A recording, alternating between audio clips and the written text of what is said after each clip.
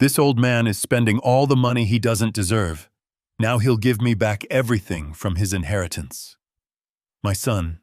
Derek's voice echoed through the high ceilings of the federal courthouse, his face red with a fury I had never seen before.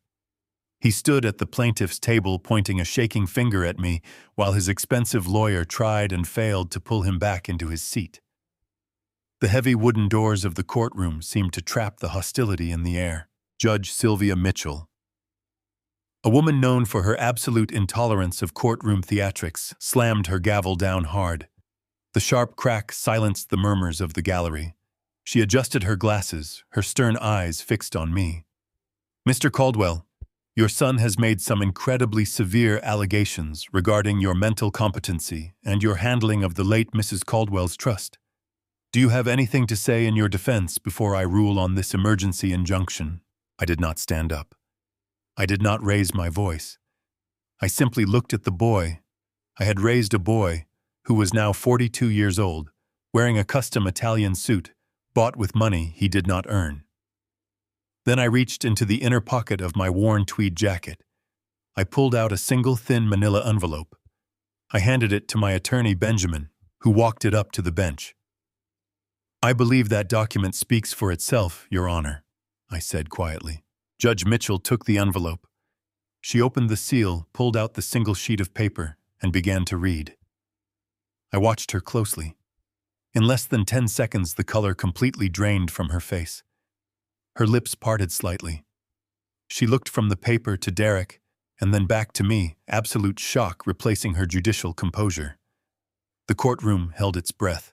But to understand how a father and son ended up in this bitter, high-stakes standoff, and to understand exactly what was printed on that piece of paper that made a seasoned federal judge go pale. I need to take you back.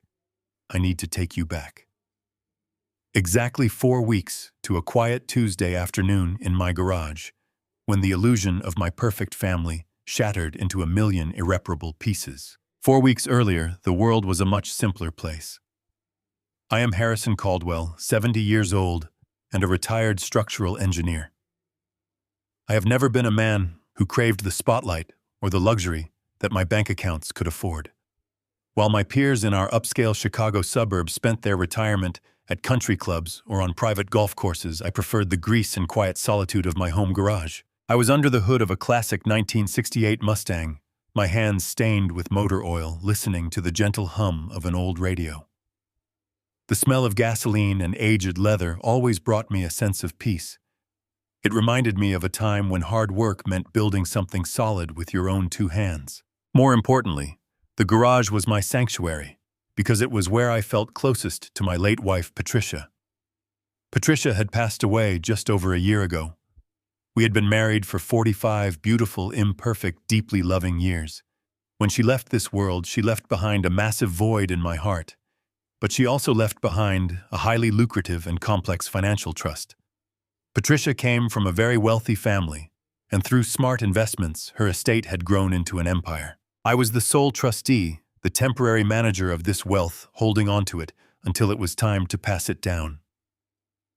I never touched the principal. I lived off my own modest engineering pension because I never felt I needed her millions to be happy. I just needed her.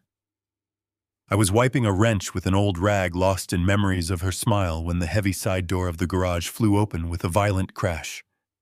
It slammed against the drywall, shaking the tools on my pegboard. I jumped, dropping the wrench, and turned around. There stood my son, Derek. Right behind him was his wife, Monica.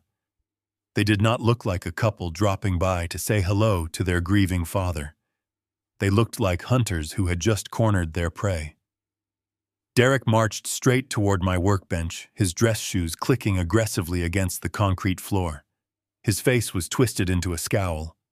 Before I could even ask what was wrong, he slammed a crumpled piece of paper down on the wooden surface right over my blueprints. "What is this, Dad?" he demanded, his voice thick with accusation. I wiped my hands slowly, trying to maintain my composure. "Hello, Derek. Monica. It is nice to see you too. What is what?" Derek jabbed his index finger into the paper. I leaned in and put on my reading glasses. It was a bank statement. A statement from Patricia's primary trust account. My eyes scanned the lines of numbers until they landed on the row Derek was aggressively tapping. There, highlighted by the sheer magnitude of the zeros, was a withdrawal. A massive withdrawal. $500,000 had been transferred out of the trust just 3 days ago. The destination was listed as a routing number I did not recognize, an offshore account in the Cayman Islands. I stared at the paper, my mind struggling to process the information. I do not understand, I muttered, taking off my glasses. There must be some kind of banking error. I haven't authorized any transfers. Monica let out a sharp, mocking laugh from the doorway. She crossed her arms over her expensive designer blouse. A banking error. Really, Harrison? $500,000 just accidentally walks out of a secure trust fund and flies to the Caribbean. Monica, please, I said, my patience beginning to fray. I am telling you I did not make this transaction. I have not even been to the bank in weeks. Derek grabbed the paper back, his eyes narrowing with a suspicion that broke my heart. Don't play games with me, Dad. The bank manager called me this morning. He said the transfer was fully authorized. It cleared all the security protocols. You authorized it. He leaned closer, his breath smelling of stale coffee and pure stress. Are you gambling? Are you giving it away? Have you met some gold digger online who is bleeding you dry? The sheer disrespect in his tone was staggering. This was the boy I had taught to ride a bicycle, the boy I had put through an Ivy League business school, and here he was standing in my home treating me like a senile criminal. Derek Caldwell, you will lower your voice when you speak to me, I commanded, pulling myself up to my full height. I am your father, and I am not losing my mind. I did not touch your mother's money. Monica rolled her eyes and stepped forward, placing a manicured hand on Derek's shoulder. Derek, honey, look at him, she said, her voice dripping with fake pity and real venom. He is confused. He is old. The grief is finally getting to him. This is exactly what we were worried about. He is completely losing his grip on reality. She looked at me as if I were a stray dog that had wandered into a pristine living room. You are squandering the family legacy, Harrison. That money belongs to Derek. It is his future. I felt a cold knot form in my stomach. That trust, I said firmly, was left by Patricia for me to manage. It is meant for the future of this family, yes, but I am the sole trustee. I am not dead yet, Monica. Derek scoffed, running a hand through his perfectly styled hair. You are just a temporary manager, Dad. That is my inheritance Mom meant for that money to build my life, my firm. And now you are just throwing $500,000 of it into the wind. He stepped back, pacing the short length of the garage, his agitation bouncing off the walls. I am struggling right now, Dad. The market is tough. My investment fund is facing headwinds. I could have used that $500,000. I needed that $500,000. And you just gave it away to God knows who. The pieces of the puzzle were swirling in my head, but none of them fit together. Why was Derek so panicked over this specific amount? Why was he tracking the trust account so closely behind my back? And most importantly, who had authorized that massive transfer? I looked my son dead in the eye. I am going to say this one more time, Derek. I did not sign any check. I did not authorize any wire transfer. I do not know anything about a Cayman Islands account. Derek stopped pacing. He looked at me, a strange, unreadable expression washing over his face. It wasn't relief. It wasn't belief. It looked almost like calculated relief, heavily masked by lingering anger. Fine, Derek snapped, turning toward the door. If you didn't do it, then the bank screwed up. But I am not letting this go, Dad. I am going to have my lawyers look into the trust structure. You are clearly not capable of keeping this money safe anymore. Monica gave me one last look of sheer disgust before turning on her heel. Get some rest, Harrison, she said coldly. You look terrible. They walked out, letting the heavy garage door slam shut behind them, leaving me alone in the silence. The smell of motor oil and gasoline no longer brought me peace. My hands were shaking not from age but from a deep primal instinct that something was horribly, terribly wrong. I walked over to the old landline phone mounted on the wall next to the tool cabinet. My fingers fumbled as I dialed the direct number for my private banker, Richard. He had managed Patricia's accounts for 2 decades. The phone rang 3 times before he answered. "Richard, it is Harrison Caldwell," I said, keeping my voice as steady as possible. "I need you to pull up the main trust account. I just had a very disturbing visit from my son regarding a $500,000 transfer to the Cayman Islands. I need you to freeze the account and flag that transaction as fraudulent immediately. I did not sign any authorization for that transfer." There was a long, agonizing pause on the other end of the line. When Richard finally spoke, his voice was tight with confusion and professional hesitation. "Mr. Caldwell, Harrison, I am looking at the file right now. I don't understand." "What is there to understand, Richard? I did not sign it," I insisted, the frustration bleeding into my voice. "Well, that is just it, sir," Richard replied slowly, the words dropping like stones into my reality. "You didn't sign the transfer personally. Your son Derek authorized the wire this morning." The garage seemed to spin. "Derek, how could Derek authorize a transfer from my trust?" I demanded. "Because, sir," Richard said, his voice dropping to a whisper, "he used the full legal power of attorney documents that you signed and notarized in his favor last week." The phone slipped slightly in my sweaty grip. Last week I hadn't signed any legal documents last week. I hadn't signed a power of attorney since Patricia died. I stood there in the dim light of my garage, the horrifying truth crashing down on me with the force of a freight train. I had not been hacked by a stranger. I had not been a victim of a banking error. My own flesh and blood, the son I had raised and loved, had forged my legal signature. He had stolen $500,000 from his mother's legacy, and he had just stood in my home looking me in the eye and blamed me for it. I did not hang up the phone. I just stood there realizing that the family I thought I knew was nothing but a mirage, and that a very dark, very dangerous war had just begun. "Richard," I finally managed to say, my voice sounding entirely unfamiliar to my own ears. It was hollow, stripped of all the warmth I usually carried. "I need you to listen to me very carefully. I am standing in my own home. I am perfectly lucid. I am looking at the tools on my workbench. And I am telling you with absolute certainty that I have never signed a power of attorney giving my son control over his mother's estate." I could hear the sharp intake of breath on the other end of the line. The professional polish that Richard had maintained for 20 years suddenly cracked under the immense weight of my statement.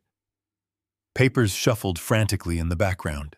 "Mr. Caldwell, Harrison," Richard stammered, his words stumbling over one another. "This is a very serious allegation. A full, unrestricted power of attorney over a trust of this magnitude is not something we process lightly. When Derek presented the notarized paperwork on Thursday, I was taken aback. I asked him why you had not contacted me directly. He told me that your grief over Patricia's passing had taken a severe toll on your physical and mental well-being. He claimed you were stepping away from all financial responsibilities to focus on your health." A cold, heavy rock settled deep in my stomach. "He told you I was sick." "He said you were experiencing cognitive decline, sir," Richard replied gently, as if speaking to a wounded animal. "He said you were having trouble remembering things, and that he needed to step in immediately to protect the family assets.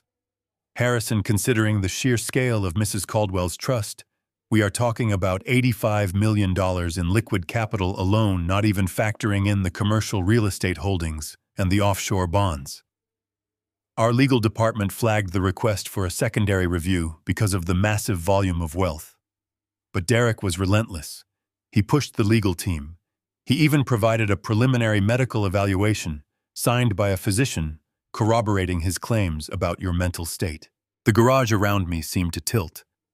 The smell of motor oil and old leather, which usually brought me so much comfort, suddenly made me feel violently nauseous. $85 million. Patricia and her family had spent generations building that wealth.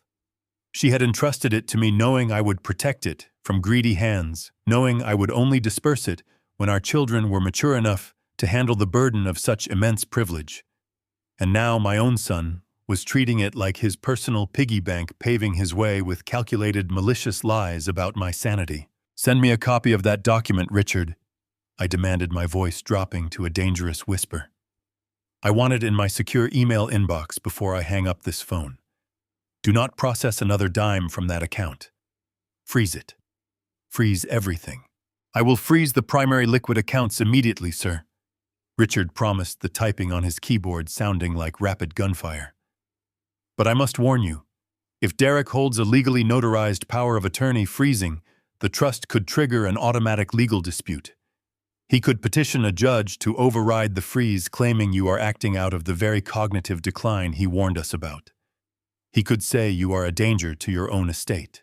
"Just send me the file," I said, and I disconnected the call. I stood in the silence of my garage for a long time.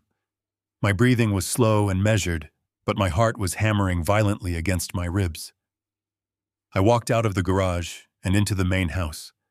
The hallway was quiet, filled with the late afternoon sunlight filtering through the bay windows. Everything looked exactly as Patricia had left it. The antique console table, the vase of fresh lilies I replaced every week, the framed photographs of our family vacations. I walked up the stairs to my private study. I sat down at my heavy oak desk and opened my laptop. My hands were remarkably steady. The initial shock was fading rapidly, being replaced by a cold, burning clarity. I opened my email and found the encrypted message from Richard. I clicked the attachment. There it was. A standard comprehensive legal document granting Derek Thomas Caldwell absolute authority over all financial, medical, and legal decisions on behalf of Harrison Caldwell. I scrolled down to the bottom of the last page. My eyes locked onto the signature line. It was perfect.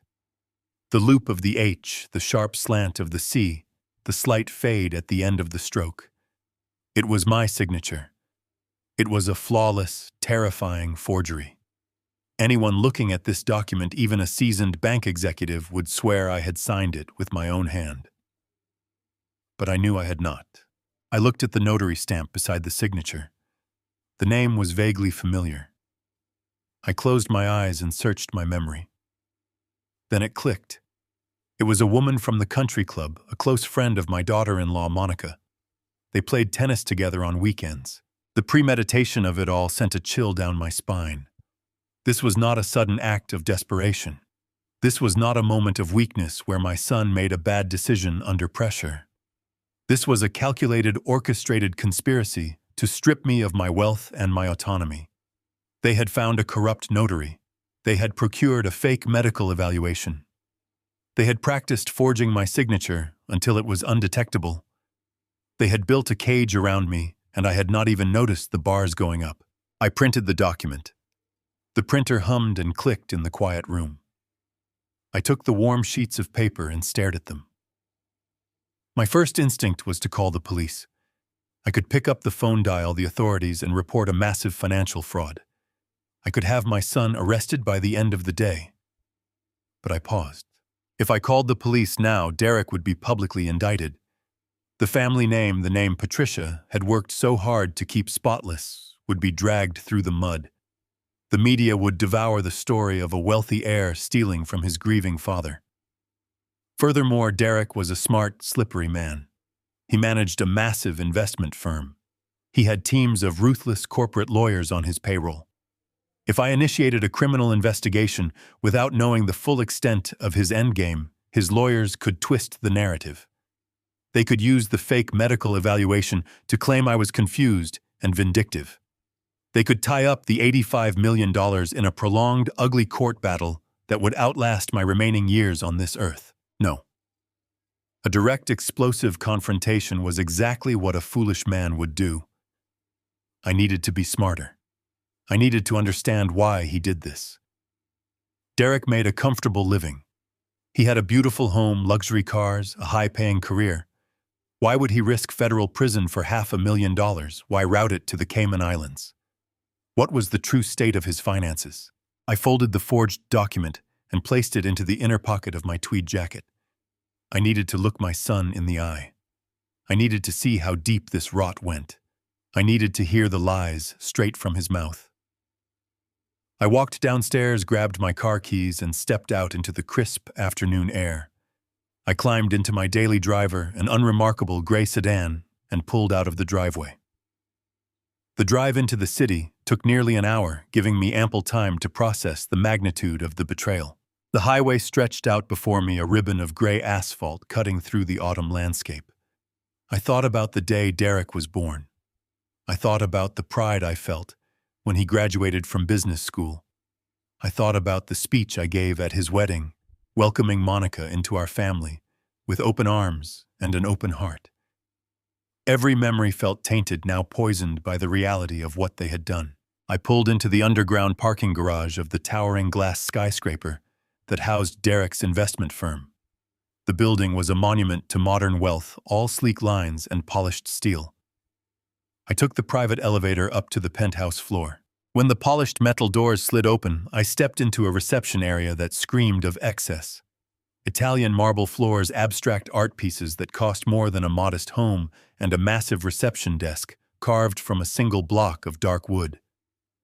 The receptionist, a young woman with a flawless smile, looked up as I approached. She did not recognize me. I rarely visited Derek at his workplace. I preferred to keep my life separate from his corporate ambitions. "Good afternoon, sir," she said politely. "How may I direct you?" "I am here to see Derek Caldwell," I said, my voice calm and even. "I do not have an appointment. I am his father." Her professional smile faltered for a fraction of a second, quickly replaced by a trained mask of courtesy. "Of course, Mr. Caldwell. Please give me one moment to let him know you are here." She picked up her phone and pressed a button, speaking in hushed tones. I stood there, feeling the weight of the forged document in my pocket. It felt heavy, like a loaded weapon. I watched the receptionist nod, hang up the phone, and gesture toward the heavy glass doors leading into the inner offices. "He is in his private office at the end of the hall, sir. You may go right in." I walked down the long, silent corridor. The carpet absorbed the sound of my footsteps. Through the glass walls of the conference rooms, I could see analysts in expensive suits pointing at charts and graphs. None of them paid any attention to the old man in the tweed jacket walking past them. I reached the heavy wooden door at the end of the hallway. A brass plaque read, "Derek T. Caldwell, Managing Director." I did not knock. I placed my hand on the cold metal handle, pushed the door open, and stepped inside, ready to face the stranger who wore my son's face. The door swung open silently. I stepped into an office resembling a modern art museum. Floor-to-ceiling windows offered a panoramic view of the Chicago skyline, casting afternoon shadows across the rich mahogany floor. Behind a massive desk of tempered glass and steel sat my son Derek. Lounging on a white leather sofa to his right, flipping through a glossy magazine, was Monica. They both froze as I walked in. For a fraction of a second, the mask slipped. I saw raw panic flash in Derek's eyes. I saw Monica stiffen her manicured hand, gripping the edge of the magazine so tightly her knuckles turned white. But they were professionals at this game. In the blink of an eye, the panic vanished, replaced by a meticulously crafted performance of warmth and surprise. "Dad," Derek said, standing up quickly and buttoning his suit jacket. "What are you doing here? You should have called beforehand. I would have cleared my schedule for you." He walked around the desk, extending his arms for a hug. I stepped back, just out of his reach. My hand remained buried in the pocket of my tweed jacket, my fingers brushing against the folded copy of the forged document. "I just got off the phone with Richard at the bank," I said. My voice was steady, betraying none of the absolute devastation ripping through my chest. "He told me about the power of attorney Derek. He told me about the $500,000 you wired to the Cayman Islands this morning." I braced myself for the explosion. I expected him to shout, to deny it, to throw another tantrum like he had in my garage just hours ago. Instead, Derek stopped in his tracks. He looked at Monica, who gently closed her magazine and placed it on the glass coffee table. She stood up, smoothing down her skirt, and walked over to stand beside her husband. Derek let out a long, heavy sigh. It was a sigh that communicated profound relief, as if a great terrible burden had been lifted from his weary shoulders. He smiled at me, a soft, affectionate smile that made my stomach churn. I was hoping Richard would keep that quiet for just a few more days until the paperwork finalized, Derek said smoothly, his tone remarkably calm and collected. He gestured toward one of the plush leather guest chairs. Please, Dad, sit down. Let me explain everything to you properly. I remained standing, my posture rigid. Explain why you forged a legal document to steal from your mother's trust. Steal. Derek let out a gentle, patronizing chuckle, shaking his head. Dad, nobody is stealing anything. I am trying to build something incredible for you. He took a step closer, his eyes wide with manufactured sincerity. That transfer was a high-yield, time-sensitive investment, an exclusive offshore opportunity that was only available to institutional investors for a window of 48 hours. The returns are guaranteed at 20% by the end of the fiscal quarter. He placed his hands on the back of the guest chair, leaning forward, as if sharing a wonderful, life-changing secret. I did not take that money for me, Dad. I did it for you. I wanted to double your personal retirement fund. You have spent your entire life living so modestly, refusing to touch Mom's money, driving that old car, spending your days in that dusty garage. I wanted to secure a massive independent windfall for you, so you could finally travel the world, live in absolute luxury, and never worry about a single expense ever again. You deserve to be spoiled, Dad. I stared at him, genuinely horrified by the flawless delivery of the lie. If I had not known better, if I had not heard his venomous tirade in my garage earlier today, I might have actually believed him. He sounded so convincing, so earnest, the absolute perfect image of a devoted son trying to bless his aging father. And the power of attorney? I asked, keeping my tone perfectly neutral, refusing to let my anger show. The notary stamp from Monica's tennis partner. Monica stepped in right on cue. She glided across the room with practiced elegance, poured a glass of sparkling water from a crystal decanter, and offered it to me with a look of profound, aching concern. Harrison, please take a sip of water, she cooed, her voice dripping with artificial honey. You are getting yourself worked up over a simple misunderstanding. We already talked about this, remember? I did not take the glass. My hands remained firmly at my sides. Talked about what? Monica exchanged a sorrowful, knowing look with Derek. It was the exact look two adults give each other when dealing with a confused, unreasonable toddler. She reached out and gently touched my arm, her fingers feeling like ice against my sleeve. Last Sunday, when we came over for dinner, Monica said softly, her eyes locked onto mine. Derek explained the investment opportunity to you in detail. He told you that he needed legal authorization to act quickly on your behalf because the markets move so incredibly fast. And you agreed, Harrison. You gave him your verbal permission to draw up the paperwork, and you signed it right there at the kitchen table. Don't you remember any of that? The sheer audacity of the gaslighting left me momentarily breathless. There was no dinner last Sunday. They had not visited my house in over a month. But she spoke with such unwavering conviction, her eyes filled with such convincing sympathy, that a weaker man might have actually questioned his own sanity. You were very tired that evening, Dad, Derek added, his voice dropping to a soothing, comforting cadence. You had spent the whole day working on that old Mustang. You said your memory was feeling a bit foggy lately, and that you were relieved I was taking the reins on this specific portfolio. We brought the notary with us to make it official and save you a trip into the city. Monica squeezed my arm gently, her thumb rubbing my sleeve. It is completely normal, Harrison. The grief, the stress, the isolation. Your 70-year-old brain just forgot the conversation. It happens to the best of us.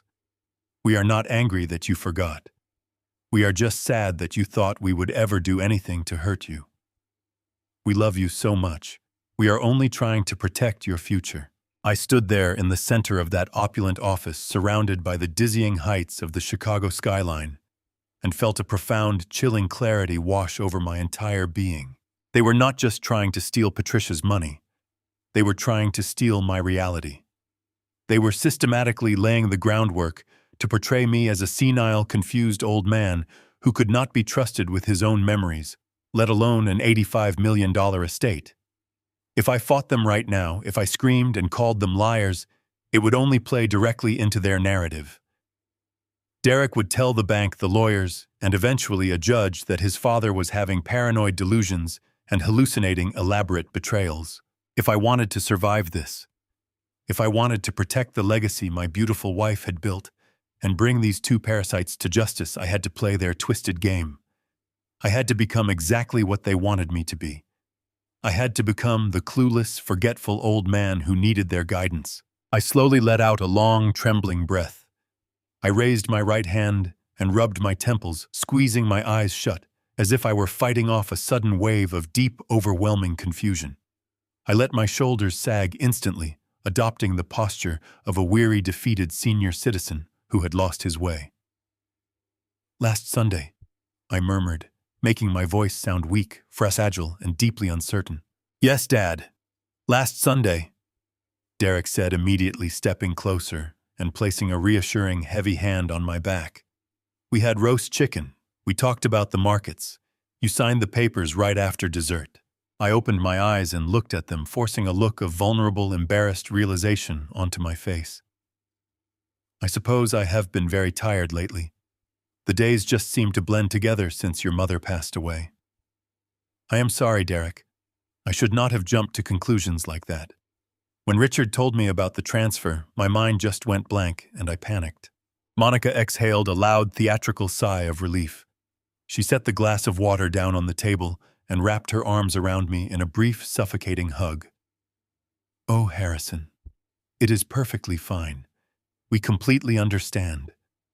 We are just so glad you are okay. You really need to rest. You need to stop worrying about finances and just let Derek handle the heavy lifting from now on." "I will," I said softly, looking down at the polished wooden floor. "I will let you handle it. I should probably go home now. I need to lie down for a while. My head is spinning with all of this." "Do you want me to have my personal driver take you back?" Derek offered, the smug satisfaction practically radiating from his pores. He had won. He had successfully manipulated the poor, grieving old man without breaking a sweat. No, I can drive," I replied, my voice appropriately shaky. I turned around and began a slow, shuffling walk toward the heavy wooden door, making sure to drag my feet just a little. I played the part flawlessly. I let them watch the broken, confused father retreat from their modern fortress of deception. But as I reached the door, I paused. I reached into the breast pocket of my tweed jacket and slowly pulled out my reading glasses. With a subtle, practiced motion, I turned my body slightly and placed the glasses down on the very edge of a decorative side table near the entryway, completely out of their direct line of sight. "Get some rest, Dad. We will call you tomorrow to check in," Derek said from behind his massive desk, his voice instantly returning to its normal, arrogant cadence. "Goodbye, Derek. Goodbye, Monica," I said quietly, keeping my head bowed. I pulled the heavy door open and stepped out into the bustling corridor, pulling it shut behind me until it clicked softly into the frame. But I did not walk toward the elevator. I stayed perfectly still, pressing my back against the polished wood of the doorframe, making sure no one in the busy hallway paid any attention to me. My glasses were sitting exactly where I left them, right inside his office. I knew Derek. I knew Monica. I knew that the moment they believed I was completely out of earshot, the mask of the loving son and the devoted daughter-in-law would instantly evaporate. They would not be able to contain their gloating. I just needed to hear what lay beneath the performance. I waited, holding my breath in the silent hallway, my heart pounding a slow, rhythmic beat against my ribs, ready for the horrible, ugly truth to finally reveal itself to me today. I stood perfectly still in the quiet corridor, my back pressed against the polished wood of the doorframe. The bustling sounds of the financial firm, the ringing phones, the muted conversations of analysts in glass rooms, all seemed to fade into a distant hum. My entire world narrowed down to the heavy mahogany door standing between me and my son. I waited, counting the seconds in my head. 10, 20, 30. I knew the exact rhythm of their deception. I knew they would not wait long to shed the masks of the devoted children. Slowly, with a practiced caution that I did not know I possessed, I reached out and placed my hand on the brass door handle. I applied just enough pressure to release the latch without making a single sound. I pushed the door open a fraction of an inch. A thin slice of afternoon sunlight spilled out from the office and stretched across the corridor carpet. I leaned in, holding my breath, my ear hovering just inches from the narrow opening. For a moment, there was nothing but the faint sound of ice clinking against crystal. They were pouring drinks, celebrating their victory. Then the silence broke, and the voice that drifted through the crack in the door made my blood run cold. "I cannot believe that actually worked," Monica said. Her tone was completely stripped of the artificial sweetness she had weaponized just moments ago. It was sharp, triumphant, and dripping with absolute disdain. "The old fool bought it hook, line, and sinker. I thought for sure he was going to demand to see the bank manager or call a lawyer. But he just folded. He completely folded." A deep, relaxed chuckle echoed through the room. It was Derek. "I told you he would," my son replied, his voice rich with arrogant satisfaction. "He is weak, Monica. Ever since Mom died, he has been a shell of a man. He wants to believe the best in us because the alternative is admitting he is entirely alone. You saw him. He was practically trembling by the end of it. The dementia angle was a stroke of absolute genius." "It was not genius, it was necessary," Monica said, her heels clicking across the hardwood floor as she paced the office. "Do you have any idea how close we came to losing everything today? If he had gone to the police instead of coming here, we would be wearing handcuffs by dinner time. You need to accelerate the timeline, Derek. We cannot afford to have him wandering around asking questions." I know," Derek said, the arrogance in his voice suddenly giving way to a tight, nervous energy. I could hear the sound of him pacing, now his footsteps heavy and agitated. "The Cayman transfer cleared the liquidity hurdle for this month, but it is just a bandage, a temporary fix. The auditors from the Securities and Exchange Commission have officially requested the fourth quarter financial logs. They are coming next Friday. If they look too closely at the books, they will see the massive black hole where the client funds used to be." I squeezed my eyes shut, my chest tightening with a sickening realization. The words hung in the air, painting a terrifying picture. Client funds, black hole, Securities and Exchange Commission. "How bad is it right now?" Monica asked, her voice dropping to a harsh whisper. "Tell me the exact number, Derek. No more lies to me. How much of the investors' money is actually gone?" "Almost 12 million. Derek confessed, his voice cracking with a mixture of fear and shame. "I tried to chase the losses on those aggressive short positions last spring. I thought the market would turn. It did not turn. So I borrowed from the newer client portfolios to pay the quarterly dividends to the older clients. It was the only way to keep them from pulling their capital. I just needed time for the market to correct itself." My breathing grew shallow. A cold sweat broke out across the back of my neck. He was not just stealing from his mother's trust out of pure greed. He was desperate. He was running a Ponzi scheme right here in this beautiful, towering skyscraper. He was taking money from new investors to pay off the old ones, desperately trying to keep a collapsing house of cards standing. And now that the federal auditors were circling, he was trapped. He needed a massive injection of untraceable cash to fill the void before the government discovered the fraud. "You are an idiot, Derek," Monica hissed, the sound of her glass slamming down onto a table echoing through the room. "But we are in this together now, and we are going to fix it. We have the power of attorney. The notary will keep her mouth shut because I have enough leverage on her to ruin her life. We just need to execute the rest of the plan." "It is too risky to move large sums all at once," Derek argued, his voice laced with panic. "The bank flagged the 500,000. Richard was already asking questions. If we try to move millions, they will freeze the trust and trigger an investigation." "Then we do exactly what we planned," Monica said, her words slicing through the air. with terrifying precision. The old fool bought it. Next week, we funnel the remaining $2 million to cover the audit, and then we toss him in a nursing home. We will use the doctor on our payroll to declare him completely incompetent, a danger to himself and his estate. Once a judge signs the order, the bank will have no choice but to grant you full, unrestricted access to the entire $85 million. We pay back the missing $12 million to the client accounts, survive the federal audit, and keep the rest of your mother's money for ourselves. He will be locked away in a memory care ward heavily medicated, and no one will ever believe a word he says. It has to be airtight, Monica, Derek muttered. If the federal agents dig into where the $2 million came from, they will trace it back to my father's trust. They will see his signature on the transfers. And that is exactly why this is brilliant, she replied smoothly. If the feds somehow uncover the missing funds, they will see that Harrison Caldwell, a wealthy, grieving widower, whose mind is slipping, made terrible financial decisions and lost his own money. The paper trail ends with him. You are just the son trying to clean up his mess. He takes the fall, Derek, not us. I stood frozen outside the door, the sheer magnitude of their evil washing over me like a tidal wave of ice. They were not just planning to rob me. They were planning to destroy me.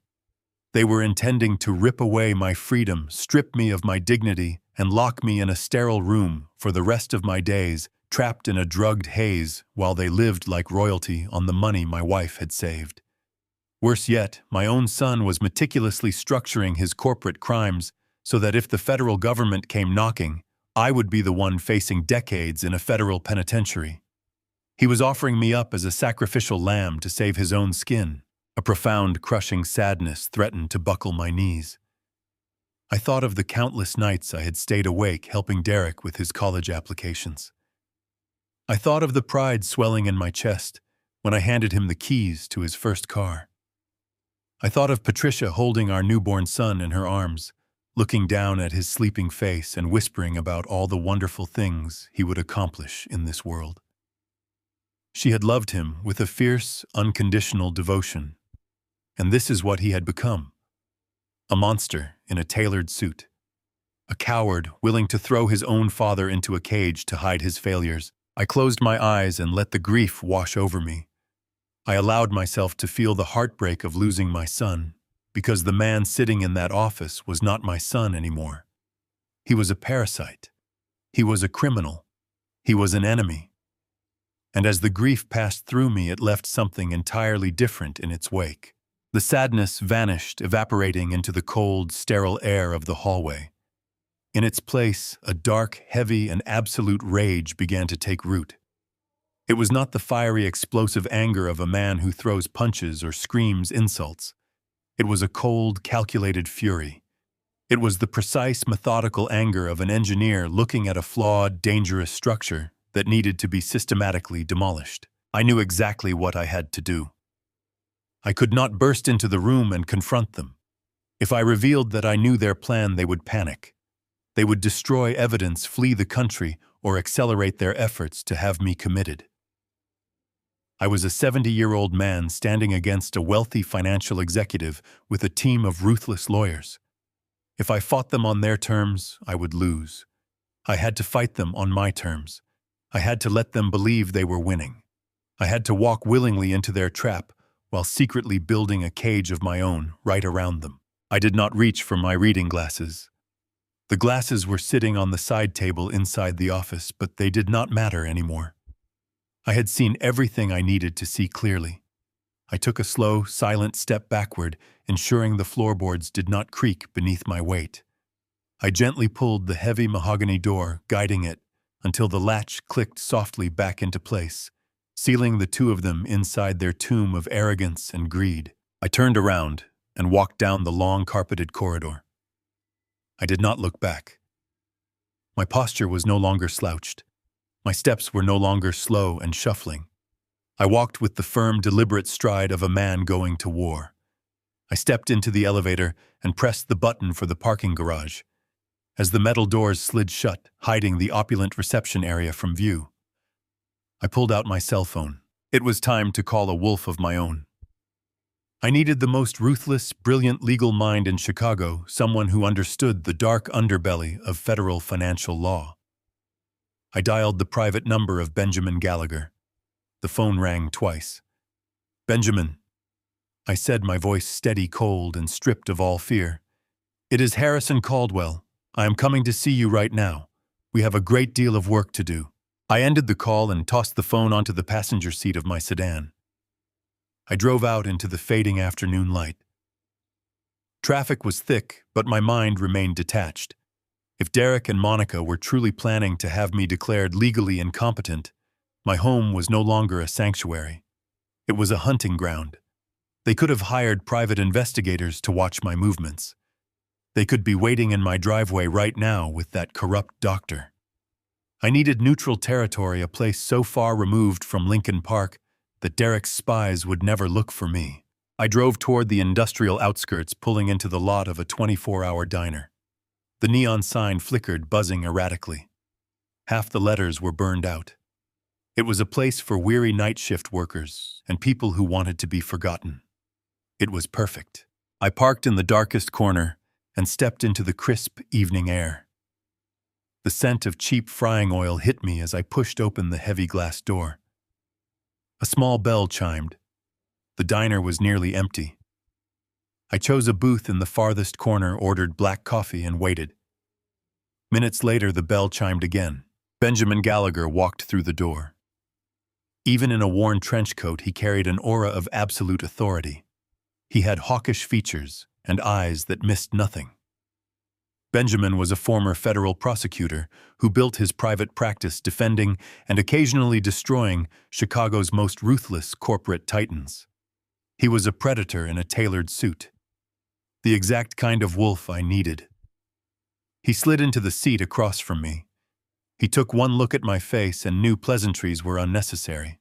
"You look like a man who just watched his house burn down," Benjamin said, his baritone voice barely carrying across the table. "Tell me exactly what is happening." I pulled the folded copy of the forged power of attorney from my pocket and slid it across the sticky laminate table. Benjamin scanned the document, his jaw tightening. "This comprehensive authorization gives Derek absolute control over your estate and banking," Benjamin murmured. "When did you sign this?" "I didn't," I said quietly. "My son forged my signature.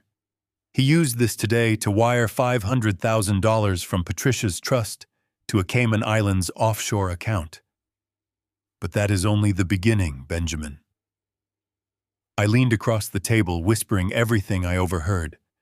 I told him about the missing $12 million, the impending audit, their plan to funnel another $2 million next week, and their scheme to declare me incompetent and lock me away.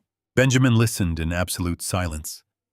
When I finished, he took off his glasses and let out a measured breath.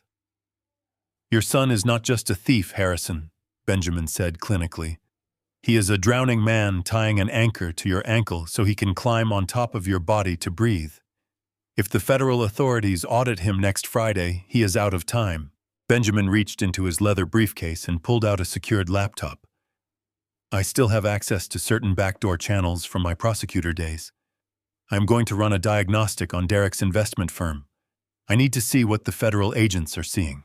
The waitress poured Benjamin a cup of coffee and left the check. We sat in silence.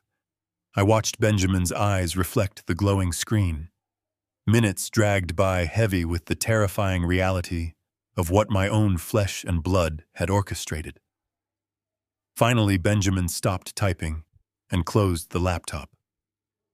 He looked at me with grim certainty. "The situation is vastly worse than you realize," Benjamin said softly. "Derek's hedge fund is a cratering implosion. The Federal Bureau of Investigation is already circling. They have been monitoring his offshore transactions for 3 weeks. The audit next Friday is the final nail in his coffin before they issue federal indictments for wire fraud and money laundering." My stomach clenched. If the FBI is already investigating, he is finished. They will arrest him before he can have me committed. "You are not listening to me, Harrison," Benjamin replied, leaning closer. "The FBI is investigating the firm, but Derek controls the internal paper trail. I just looked at the preliminary subpoena outlines floating through the federal docket. Derek deliberately structured the fraudulent accounts to insulate himself. The shell companies holding the missing $12 million are registered under a holding group. Do you know who the primary shareholder of that holding group is? I felt the blood drain entirely from my face. I stared at Benjamin, the horrifying truth dawning on me. "It is you, Harrison," Benjamin stated. "Your son has spent the last 8 months meticulously forging your digital signature on dozens of corporate documents. He created a completely fabricated paper trail designating you as the silent mastermind behind the entire Ponzi scheme. The $500,000 transfer he made today was the final piece. To a federal investigator, it looks exactly like an aging, corrupt patriarch moving stolen funds offshore to hide them from the government. He is setting you up to take the fall for his criminal enterprise." I gripped the edge of the table. The breathtaking malice of his plan was paralyzing. Derek was framing me for a massive federal crime, preparing to sacrifice my freedom and my legacy to save himself from prison. If I fought him, he would claim I was crazy. If I remained silent, the FBI would arrest me.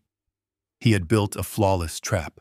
"If the FBI raids that office next Friday," Benjamin continued, devoid of any comforting warmth, "they will find a mountain of fabricated evidence pointing directly at you. You will be indicted, Harrison. Your assets will be seized and frozen during the investigation. You will spend the next 5 years sitting in a federal courtroom trying to prove your innocence, while Derek walks away clean, claiming he was just a naive employee following his father's orders." A wave of profound exhaustion washed over me.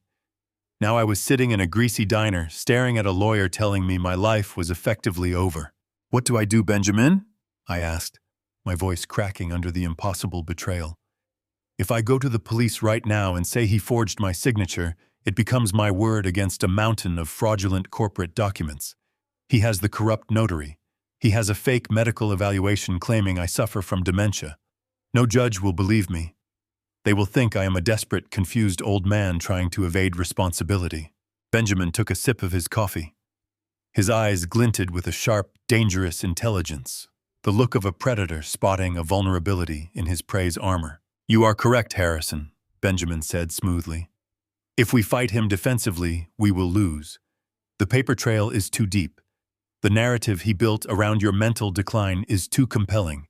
If we block his access to the trust, he will trigger an immediate legal battle and use the fake evaluation to win control. If we run to the FBI, he will activate his defense and point the finger at you." Benjamin leaned all the way across the table, his face inches from mine. "Therefore, we are not going to fight him defensively. We are going to let him execute his plan." I frowned, my heart skipping a beat. "You want me to let him steal the remaining $2 million? You want me to let him declare me incompetent? I want you to do exactly what he expects a confused, trusting father to do," Benjamin said, his voice radiating cold, terrifying brilliance. "Derek believes he has built an inescapable trap for you. The only way to destroy a narcissist of that magnitude is to let his own arrogance blind him. We cannot prove he is forging documents without a lengthy trial. But we can catch him committing a brand new, irrefutable federal crime in real time.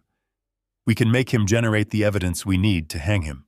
I stared at the lawyer, feeling a strange mix of terror and awe. "How?"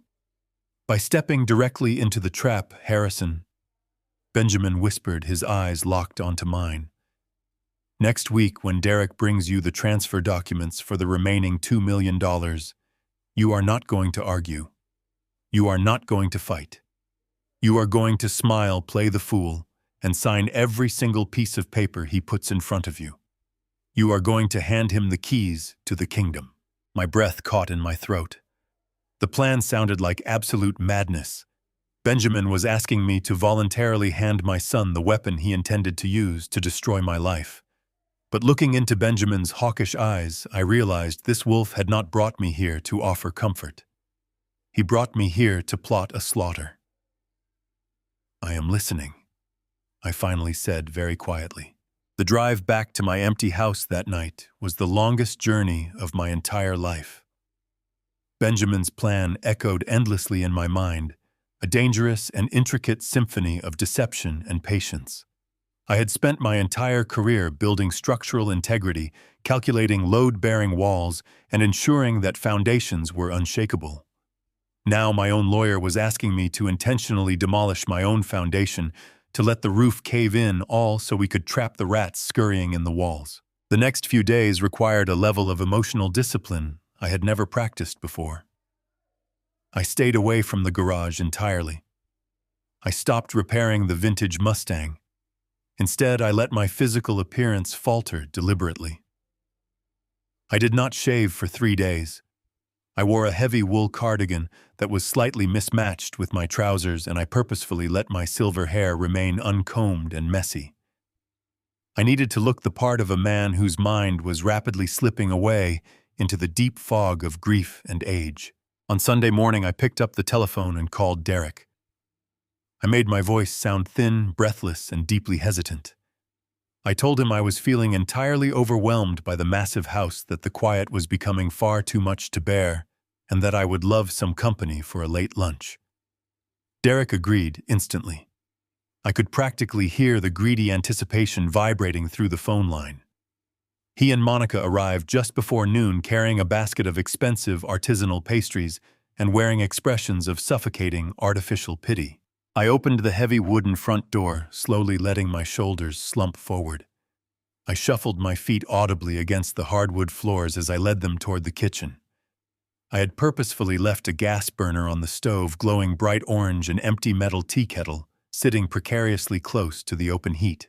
Monica noticed the danger immediately. She rushed across the kitchen and snapped the dial off, her eyes wide with manufactured alarm. "Harrison, you left the stove running. There is nothing even cooking here. You could have burned the entire house down to the ground." I blinked heavily, bringing a trembling hand up to massage my forehead.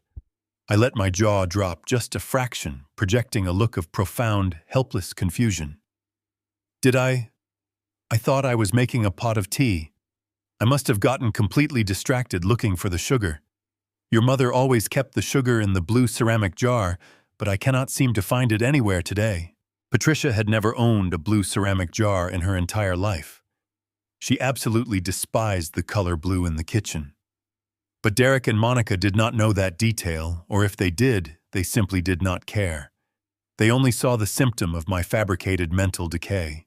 "Dad, you really need to be much more careful," Derek said, his voice dripping with condescension, masked as genuine concern. He stepped forward and guided me by the elbow toward the formal dining table. "Sit down. Let Monica make the tea for you. You just sit back and relax." I sat at the head of the heavy oak table, staring blankly at the intricate wood grain. I let my hands rest flat on the surface, intentionally commanding my fingers to tremble.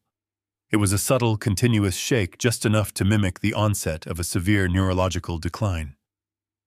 Monica set a delicate porcelain teacup in front of me. I reached for it slowly, allowing my shaking fingers to clumsily knock against the porcelain rim. Hot, amber liquid splashed violently over the side, pooling on the polished wood. "Oh, I am so terribly sorry," I mumbled, my voice wavering perfectly to display my distress. I grabbed a cloth napkin and dabbed at the spill with pathetic, uncoordinated movements. "I am just so incredibly clumsy today. My hands simply refuse to listen to me anymore."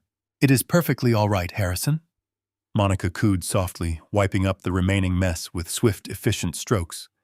But as she leaned over the wide table, she shot a quick, sharp glance at Derek.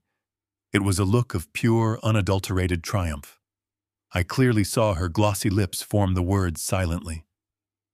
"The narrative is writing itself." My stomach turned with a violent surge of absolute disgust, but I kept my facial expression slack and vacant. I launched into a rambling, disjointed story about a summer vacation Patricia and I had taken to the mountains 20 years ago. I intentionally mixed up the important dates, called the mountain range by the completely wrong name, and repeated the exact same anecdote about a flat tire 3 separate times within 5 minutes. Derek sat directly across from me, nodding along politely, his dark eyes gleaming with sinister satisfaction. He was watching his powerful father diminish into a helpless child, and he absolutely loved it. He loved it because a weak, confused father was a father who could not defend his own estate. Dad, Derek interrupted gently, placing a firm, warm hand over my trembling fingers to stop my rambling story. It is wonderful to hear these old memories, but I actually came over today because we really need to discuss some very important administrative matters. You mentioned on the telephone that you were feeling quite overwhelmed. I looked up at him, blinking my eyes slowly. Overwhelmed, yes. Yes, the mail just keeps piling up on the counter. Letters from the bank, thick forms about federal taxes. It all looks like a complicated foreign language to me now, Derek. Your dear mother always handled the finer financial details. I just do not understand what the government wants from me anymore. Derek leaned forward eagerly, pulling a thick black leather portfolio from his designer briefcase. That is exactly why I am here to help you, Dad. The annual tax season is fast approaching, and the Federal Revenue Service is cracking down aggressively on large estate trusts. With the recent global market volatility, Mom's trust is exposed to some severe tax liabilities. If we do not act immediately today, the government could seize a massive portion of Mom's legacy. He unzipped the leather portfolio and pulled out a towering stack of dense legal documents. Each crisp page was marked with bright, colorful sticky tabs, indicating exactly where a signature was required. I had my top corporate attorneys draft these essential tax protection documents, Derek explained, his voice remaining smooth and hypnotic. This paperwork will restructure the entire trust under a new secure protective umbrella. It shields the liquid assets from audits and drastically reduces the federal tax burden. But because of the strict incoming deadlines, I need your signature on these specific pages today so I can file them first thing tomorrow morning. I stared blankly at the massive mountain of paper. Thanks to Benjamin's brilliant backdoor investigation, I knew exactly what those terrifying documents actually were. They were not tax protections. They were absolute asset transfer deeds. They were legally binding authorizations that would move the remaining $2 million from Patricia's secure trust directly into the offshore shell companies Derek fully controlled.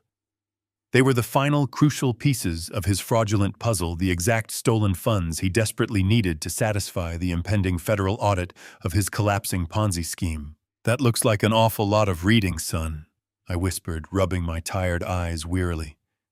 Do you think we could perhaps wait until tomorrow afternoon? Or maybe I should have my own personal lawyer look them over first, just to be completely safe. Cold panic flickered instantly in Monica's eyes. She stepped up quickly behind Derek and placed her hands firmly on his broad shoulders. Harrison, there really is absolutely no time for that, she urged, her voice taking on a slightly sharp, desperate edge. Derek's lawyers are the absolute best in the city. They worked all weekend long to prepare this specifically for you. If you wait, you risk losing millions to taxes. You trust Derek, do you not? I looked deeply at my son. I looked at the man who was actively framing me for a federal crime, preparing to lock me inside a psychiatric ward and stealing the vast fortune his mother had meticulously saved.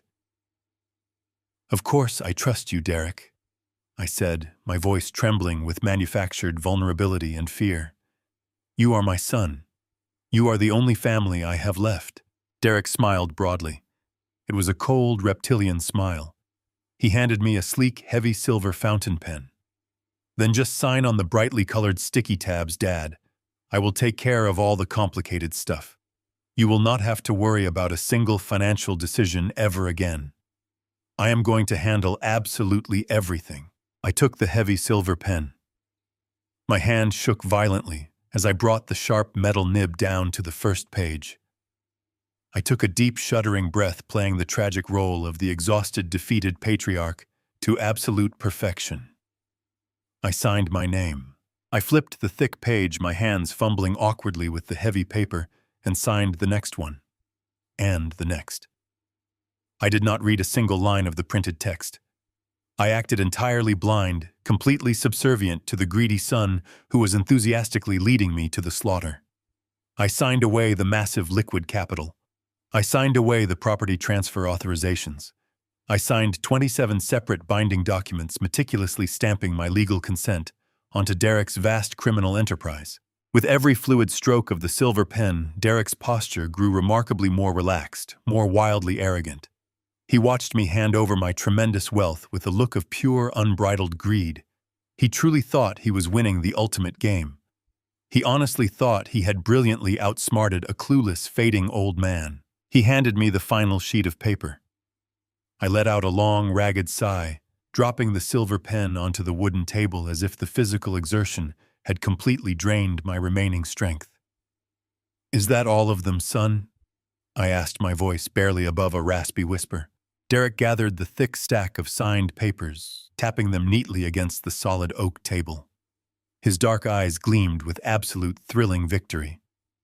"That is all of them, Dad. You did wonderfully today. You do not have to stress about the trust anymore. It is completely out of your hands now." He slid the signed documents back into his leather portfolio and zipped it shut with a sharp, definitive sound. The deadly trap had been set perfectly. The bait had been swallowed whole. "Why do you not go lie down, Harrison?" Monica suggested gently, her tone completely devoid of the artificial warmth she had utilized earlier. The performance was entirely over for her. She finally had exactly what she wanted. "You look exhausted. Derek and I will just let ourselves out." "Thank you," I mumbled slowly, rising from the heavy dining chair. I hunched my shoulders deeply and began to shuffle slowly toward the dark hallway leading to the master bedroom. I kept my head down, playing the broken old man until the very end. I heard their rapid footsteps retreating toward the front door. I heard the brass lock click loudly and the heavy wood swing shut, leaving me completely alone in the sudden echoing silence of my home. The exact moment the door closed, the pathetic tremble in my hands vanished completely. My posture straightened immediately. The heavy fog of confusion lifted entirely from my eyes, replaced by a sharp, lethal clarity. I walked briskly to the window and watched Derek's luxury sports car pull rapidly out of my long driveway, speeding off toward the bustling city with the stolen documents secured tightly in his trunk. I pulled my cellular phone from my pocket and dialed Benjamin's direct line. He answered the call immediately. "It is done," I said, my voice steady, resonant, and ice-cold. "He has the signed transfer deeds. He believes he has complete control." "Excellent," Benjamin replied, the dark satisfaction undeniably evident in his tone. "He has just handed us the rope. Now we wait for him to hang himself. And what happens next? Did this perfectly orchestrated plan unfold exactly as Benjamin envisioned? Or is Derek even more dangerous than we calculated? Do you think a son who could betray his father like this has another trick up his sleeve? Let me know your thoughts in the comments below. The morning after my performance at the dining room table, I woke up before the sun. The heavy wool cardigan and the shuffled walk of a broken man were gone. I showered, shaved, and put on a crisp navy suit. When I looked in the mirror, the confused, terrified father had vanished. The engineer had returned. I drove into the city with a singular, unbreakable focus. The sky over Chicago was the color of bruised iron, matching the cold gravity of what we were about to execute. I parked in the secure underground lot of Benjamin Gallagher's private law firm. His office was a fortress of legal warfare far removed from the glitz and glamour of my son's glass skyscraper. There were no abstract art pieces here, only floor-to-ceiling shelves packed with federal case law and the quiet, intimidating hum of absolute discretion. I bypassed the receptionist and walked directly into Benjamin's inner sanctum.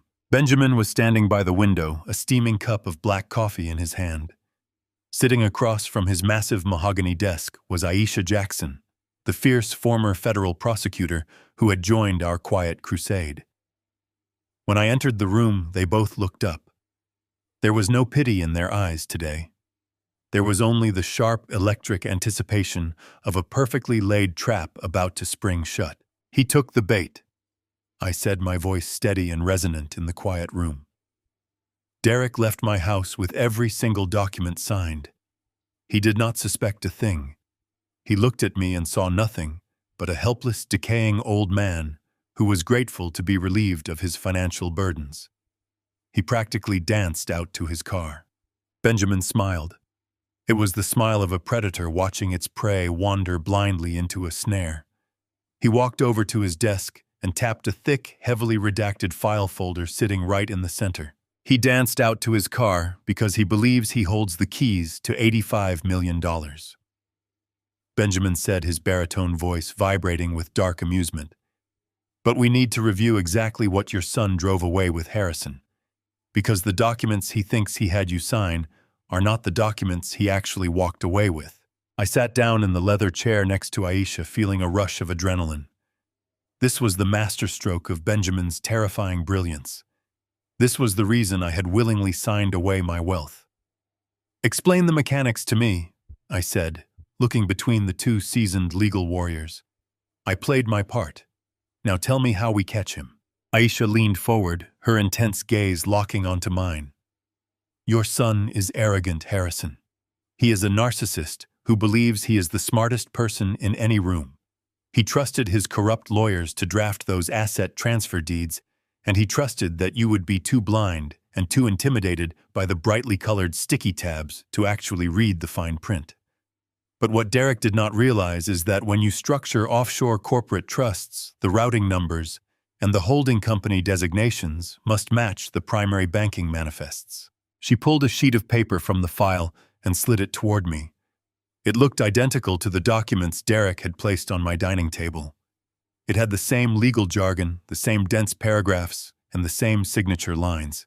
"3 days ago," Benjamin continued, taking over the explanation, "I reached out to Richard, your private banker. I informed him of the situation under the protection of attorney-client privilege and corporate whistleblower statutes. Richard was horrified, but he is fiercely loyal to Patricia's legacy. Working together with Aisha's contacts in the Federal Financial Crimes Unit, we intercepted the digital drafts of Derek's transfer documents before they were finalized. My eyes widened as the sheer scale of the deception became clear. You altered the documents before he printed them." "Not all of the documents," Aisha clarified, a sharp smile playing on her lips.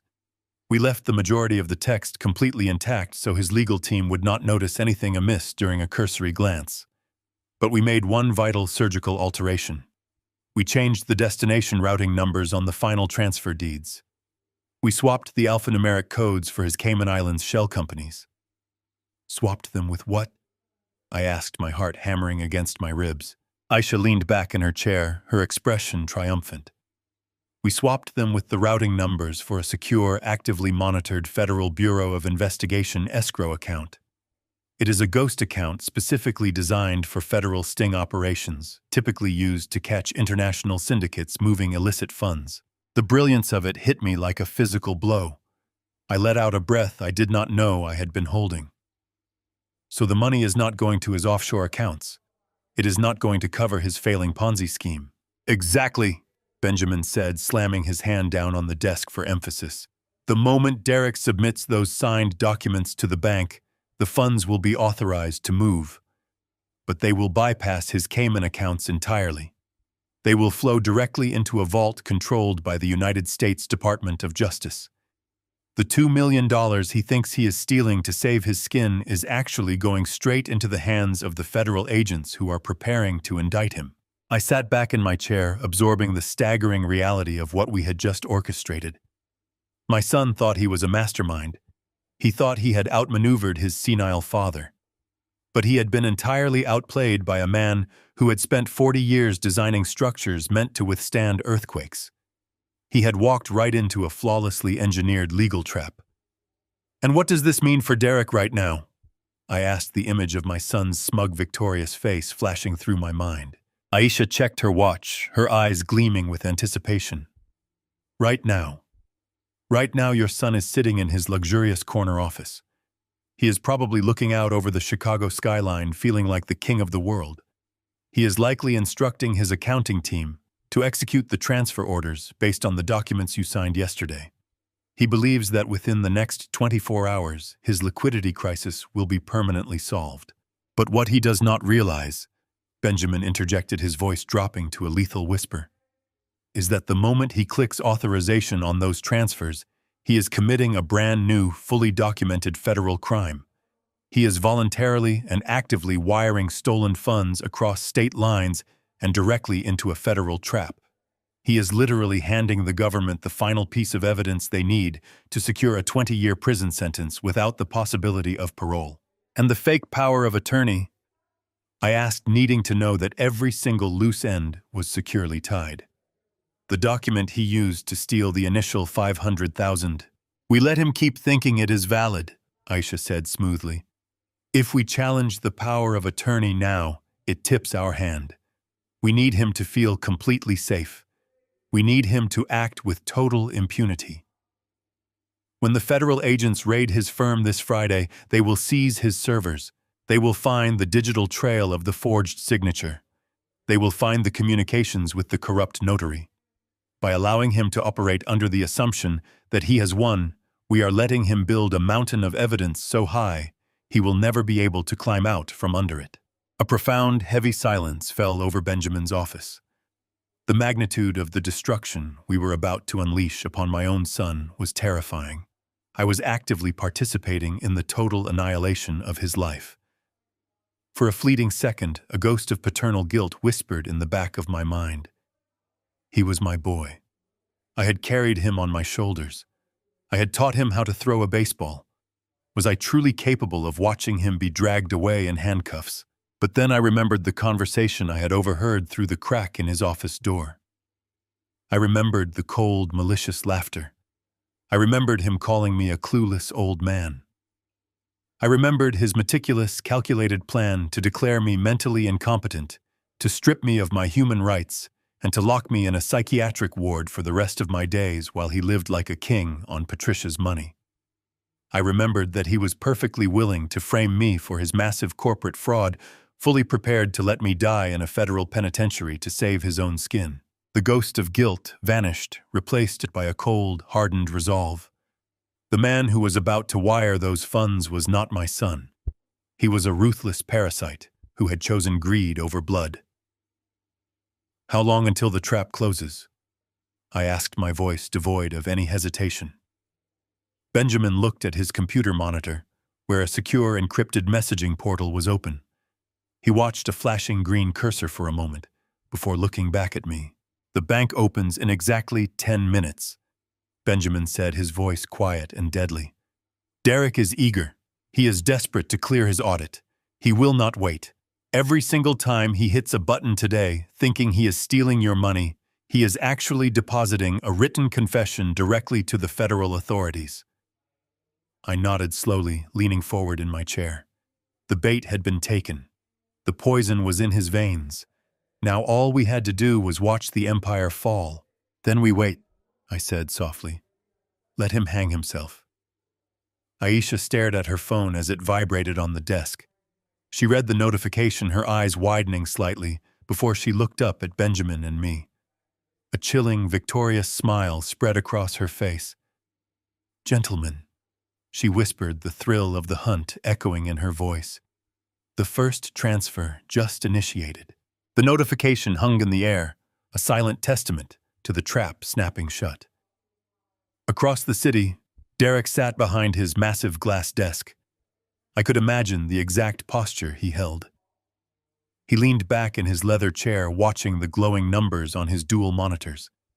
The transfer of the $2 million had been initiated. In his mind, he had just executed the perfect crime. He had saved his collapsing hedge fund, secured his opulent lifestyle, and effectively neutralized the only man who could stop him. The digital progress bar on his screen crept forward. He sipped his espresso, savoring his victory. He dialed his contact in the Cayman Islands to confirm receipt of the stolen funds. The audit from the Securities and Exchange Commission was scheduled for Friday morning, but with this untraceable capital, he could effortlessly plug the gaping hole in the client portfolios. He would survive the federal scrutiny and have full control over the rest of my $85 million estate. The progress bar flashed green. The transfer was marked as completed. A triumphant smile spread across his face. Derek spoke into the telephone, his voice brimming with arrogant confidence. He demanded confirmation from his offshore banker that the international routing had cleared and the funds were sitting in his holding account. But the voice on the secure line did not offer the expected congratulations. There was a long, agonizing pause. The offshore banker typed frantically, the rapid clicking echoing through the receiver. Then the banker delivered the news that would shatter Derek's perfect reality into jagged pieces. The funds had not arrived. The account balance remained exactly as it had been yesterday. The $2 million were completely gone. Derek sat forward abruptly, the smug smile instantly vanishing. He demanded the banker refresh the system immediately. He insisted it was a large wire that required extra minutes to clear the protocols. But the banker was resolute. There was no pending transaction. The money simply did not exist in their system. A cold, clammy sweat began to form on Derek's forehead. He dropped the receiver onto the desk with a clatter and frantically began typing on his own keyboard. He logged directly into the domestic bank portal connected to Patricia's trust. The screen loaded and displayed a terrifying confirmation. The $2 million had indeed been successfully withdrawn. The capital had left the family trust entirely, but it had not traveled to the Cayman Islands. He stared unblinking at the destination routing code printed clearly on the digital receipt. It was a sequence of numbers he did not recognize. It was not his offshore shell company. It was not his domestic holding group. It was an entirely foreign, impenetrable black box. He frantically pulled the hard copies of the transfer deeds from his expensive leather portfolio, the very documents he had watched me sign just 24 hours ago. His panicked eyes darted across the dense legal paragraphs, scanning the fine print until he found the destination clauses. The printed numbers perfectly matched the digital receipt. They did not match his secret accounts. The money was effectively frozen in a terrifying void. The heavy wooden door to his office swung open. Monica strolled in casually carrying an armful of shopping bags from high-end boutiques on the luxurious, magnificent Mile. She dropped the expensive bags onto the white leather sofa, oblivious to the catastrophic panic unfolding behind the glass desk. She began to prattle on excitedly about a luxury vacation to the Maldives, about booking first-class airline tickets to properly celebrate their impending financial freedom and early retirement. Derek did not answer her. He was staring blankly at the computer screen, his breathing incredibly shallow and dangerously rapid. Monica slowly stopped talking. She noticed the sweat beading heavily on his temples and the absolute terror widening his dark eyes. She stepped cautiously toward the sleek desk, asking him in a hesitant voice what was wrong. Derek finally exploded. He slammed his clenched fists down onto the glass surface with a violent crash that made Monica jump backward in fright. He screamed that the money was completely gone. He screamed that the $2 million had vanished into an unknown routing void, and that they had absolutely nothing left to cover the federal audit. Monica's face went completely pale. The horrifying reality of the situation hit her like a physical blow to the chest. If they did not have the $2 million deposited by Friday morning, the federal auditors would effortlessly discover the missing $12 million from the prestigious client portfolios. The entire Ponzi scheme would be exposed. They would lose the luxurious penthouse, the fleet of luxury cars, the designer clothes, and their freedom. She immediately went on the vicious defensive, her voice rising to a shrill pitch that echoed off the glass walls. She accused Derek of utter incompetence. She shouted that he had promised her this elaborate plan was foolproof. She blamed him for using the wrong legal documents, for making a careless clerical error, for single-handedly ruining their beautiful lives. Derek stood up violently, his face twisted in a vicious sneer. He pointed a shaking finger at her, reminding her this disastrous endeavor was her idea. He reminded her that she was the one who consistently insisted they accelerate the timeline, that she pushed him to steal more money, to fund her endless shopping habits. The polished veneer of their high society marriage completely disintegrated, revealing the toxic reality lying beneath the surface. They were two cornered animals turning on each other the exact moment the trap grew tight. Derek aggressively paced the length of the opulent office, running his trembling hands through his perfectly styled hair, ruining the pristine professional image he had carefully cultivated over the years. He desperately needed a logical explanation. He absolutely refused to believe he had been outsmarted. His massive, fragile ego simply would not allow him to consider the terrifying possibility that his senile, grieving father had somehow orchestrated this monumental disaster. He stopped pacing abruptly and looked back down at the scattered transfer documents. His mind raced desperately, grasping for a technicality to explain the missing funds. He rationalized that it had to be an automated security measure automatically triggered by the domestic bank. Because the transfer was so unusually large, and because it moved from an old trust account to an international holding company, the bank's internal fraud department must have placed an administrative hold on the transaction. He convinced himself that the unfamiliar routing number was simply a temporary holding account generated by the banking software until the clearance protocols were manually verified by human executives. It was merely a clerical hurdle, a minor administrative delay, and nothing more. But it was a clerical hurdle he absolutely could not bypass with a forged signature. If the fraud department had indeed frozen the funds in a holding account, they would require direct verbal and potentially physical authorization from the primary account holder to release them. They would need to speak directly to me. Derek knew that was a logistical impossibility. If the bank called me to verify a $2 million offshore wire transfer, the entire fraudulent scheme would collapse instantly into complete ruin. The panic morphing rapidly into a dark, frantic determination, Derek slowly turned back to Monica. He told her there was only one remaining way to bypass the severe banking delays and forcefully extract the money from the rigid administrative hold. They could no longer wait for the dust to settle. They could no longer play the slow, cautious game of gradually siphoning funds over time. They had to execute the final, most ruthless phase of their master plan today. They desperately needed absolute, unquestionable legal authority over every single asset attached to my name, leaving no room for any bank managers to ask questions. Derek grabbed his tailored suit jacket from the back of the leather chair and shoved his arms violently into the sleeves. He ordered Monica to call their corrupt doctor and demand the fabricated medical affidavit. He then told her to contact their most aggressive corporate litigator and instruct him to draft an emergency legal injunction. He loudly declared that they were going to entirely bypass the bank's fraud department by permanently removing the bank's ability to question his legal authority. He was going to walk straight into a federal courtroom, present a fabricated medical evaluation, and legally strip his father of his fundamental human rights, his autonomy, and his mental competency. He would have me legally declared a helpless ward of the state under his total, unbreakable guardianship. Once a federal judge signed that binding order, the bank would be legally compelled to release the frozen funds directly into his custody, no questions asked. Derek looked out over the sprawling Chicago skyline, his eyes burning with a desperate, manic resolve. He was going to destroy my life today, utterly convinced that it was the only way to save his own life. I was sitting quietly in my empty living room when the heavy brass knocker on my front door echoed through the quiet house. I had been expecting them for hours.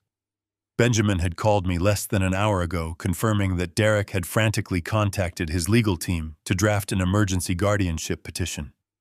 The legal trap was rapidly closing, but they were the ones blindly stepping into it. I quickly stood up and prepared my stage. I untucked the hem of my shirt, loosened my belt by a notch, and rubbed my tired hands through my unkempt gray hair. I took a deep breath, slowing my heart rate, and shuffled toward the foyer. I opened the door to find Monica standing on the porch. She was wearing a perfectly tailored charcoal dress, her face set in an expression of deep, tragic concern. Standing beside her was a tall, thin man carrying a black leather medical bag. He wore a crisp white shirt and a silk tie, but his eyes darted around shiftily, lacking the steady confidence of a genuine medical professional. This was the corrupt physician Derek had kept on his payroll to facilitate his massive illegal fraud today. "Hello, Harrison," Monica said softly, stepping over the threshold without waiting for an invitation. "I brought Dr. Mercer to see you today. Derek and I have been so terribly worried about your health since our last visit. We just want to make sure you are doing well." I stared at her, letting my mouth hang open slightly. I blinked several times, projecting a look of profound, helpless confusion. "Doctor, I do not need a doctor, Monica. I am perfectly fine. I was just about to go out to the garage to work on the old vintage car outside today. Where is Derek? Did Derek not come with you? I asked, trembling. Derek is at the office working very hard to protect the family. Harrison, Monica cooed, guiding me gently but firmly by the elbow toward the living room sofa. Dr. Mercer is just going to ask you a few simple questions. It will only take a moment. Please just sit down and relax for us. Dr. Mercer followed us into the room, setting his black bag on my glass coffee table. He did not offer his hand to shake. He simply pulled a thick medical stack of papers out. He grabbed a silver pen from his jacket pocket. Mr. Caldwell, the doctor began, his voice smooth and entirely devoid of genuine empathy. Your family has expressed serious concerns regarding your recent memory lapses and cognitive stability. I am here to conduct a standard preliminary wellness evaluation to assess your current mental acuity. I could see the faint outline of a medical badge on his lapel, but the name was obscured. He did not look like a man who took the Hippocratic Oath seriously. He looked like a man who evaluated patients based strictly on large illegal offshore payments. I knew exactly what Derek was paying him. Benjamin had traced a recent wire transfer of $50,000 to a shell company associated with this very physician. It was a staggering price for a house call, but a bargain for a completely fabricated medical diagnosis that would unlock an immense financial fortune. I sank heavily into the cushions of the sofa, letting my hands tremble visibly in my lap. I looked around the room as if I did not quite recognize my own home. My memory is fine, I muttered defensively, playing the role of the confused, frightened senior. I just get tired sometimes. The house is so large and Patricia usually handles the scheduling. Is Patricia coming downstairs soon? Monica covered her mouth with a manicured hand, letting out a sharp, theatrical gasp. She looked at Dr. Mercer with wide, tearful eyes. He has been doing this all week, she whispered loudly enough for me to hear. He keeps asking for her. She passed away over a year ago, doctor. He is completely losing his grip on reality. Dr. Mercer nodded sagely, scribbling a rapid note onto his medical pad. He did not check my physical vitals today. He did not take my blood pressure or look into my eyes with a light.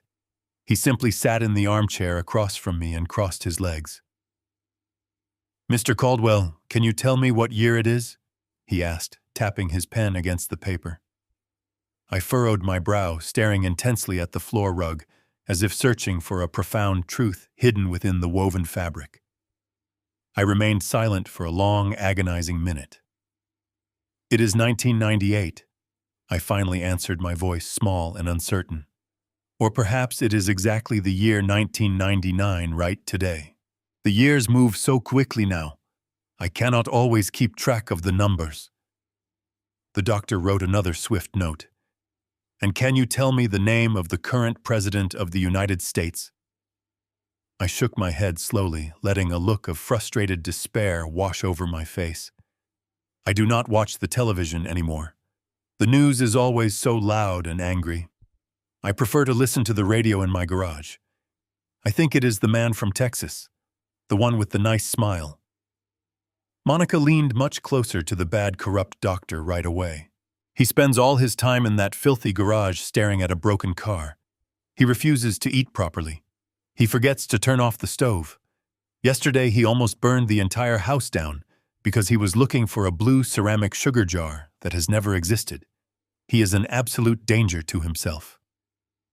I can see the severity of the decline, Dr. Mercer murmured, maintaining his professional facade while facilitating a monstrous crime. He looked back at me. Mr. Caldwell, do you know how much money you currently have in your big personal bank accounts right today, sir? Are you aware of your financial standing?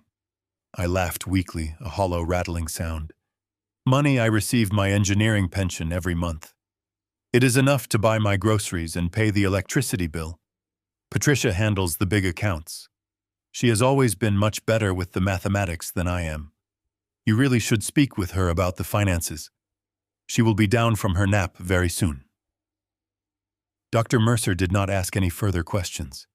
He had precisely what he needed. The evaluation was a complete farce, a meticulously scripted performance designed solely for specific legal outcomes now. He placed the paperwork on the coffee table and began signing the bottom of each page with a rapid, practiced flourish. "Based on my professional observations," Dr. Mercer said, addressing Monica while completely ignoring my presence in the room, "Mr. Caldwell is suffering from advanced severe rapid onset dementia. He is experiencing profound disorientation regarding time, place, and personal history. He lacks the fundamental cognitive capacity to manage his daily affairs, and he is entirely unfit to oversee any financial assets. He requires immediate intervention and comprehensive round-the-clock guardianship to ensure his physical safety and preserve his estate." Monica nodded solemnly, pulling a tissue from her purse to dab at her dry eyes. "It breaks my heart to see him like this, Doctor. We tried to give him his independence, but Derek and I simply cannot allow him to endanger himself any longer. He needs professional care in a secure facility. We are just trying to do what is best for the family." The doctor handed the signed documents to Monica. "This preliminary medical affidavit outlines my clinical diagnosis of his severe mental incompetence. Your husband's legal team can submit this directly to a federal court judge today. You can secure an emergency injunction this afternoon. The court will freeze his remaining autonomy instantly and completely. You will have full legal authority to bypass any banking holds and transfer his assets into a secure trust managed solely by your husband. I strongly advise moving him to a specialized memory care unit by the end of the week." "Thank you, Doctor," Monica whispered, clutching the paperwork to her chest as if holding a sacred treasure. "Your prompt assessment means everything to us. Derek will ensure your consultation fee is transferred to your private practice account very soon this afternoon." I remained seated on the sofa, maintaining my vacant stare, watching them finalize the destruction of my life. My heart hammered with a dark thrill. They believed they had stripped away my power, but they had just manufactured the exact evidence Benjamin needed. Monica turned to me, offering a sweet fake smile. "Do not worry about a thing, Harrison." They walked out together, leaving me alone. The heavy door clicked shut. I stood up and watched their car pull away. They were racing toward the courthouse to steal my wealth, sprinting directly into our inescapable federal trap right now today. The silence in the living room was profound, heavy with the echoes of their devastating betrayal. I stood by the window watching the taillights of Monica's car disappear down the winding suburban street. They were gone.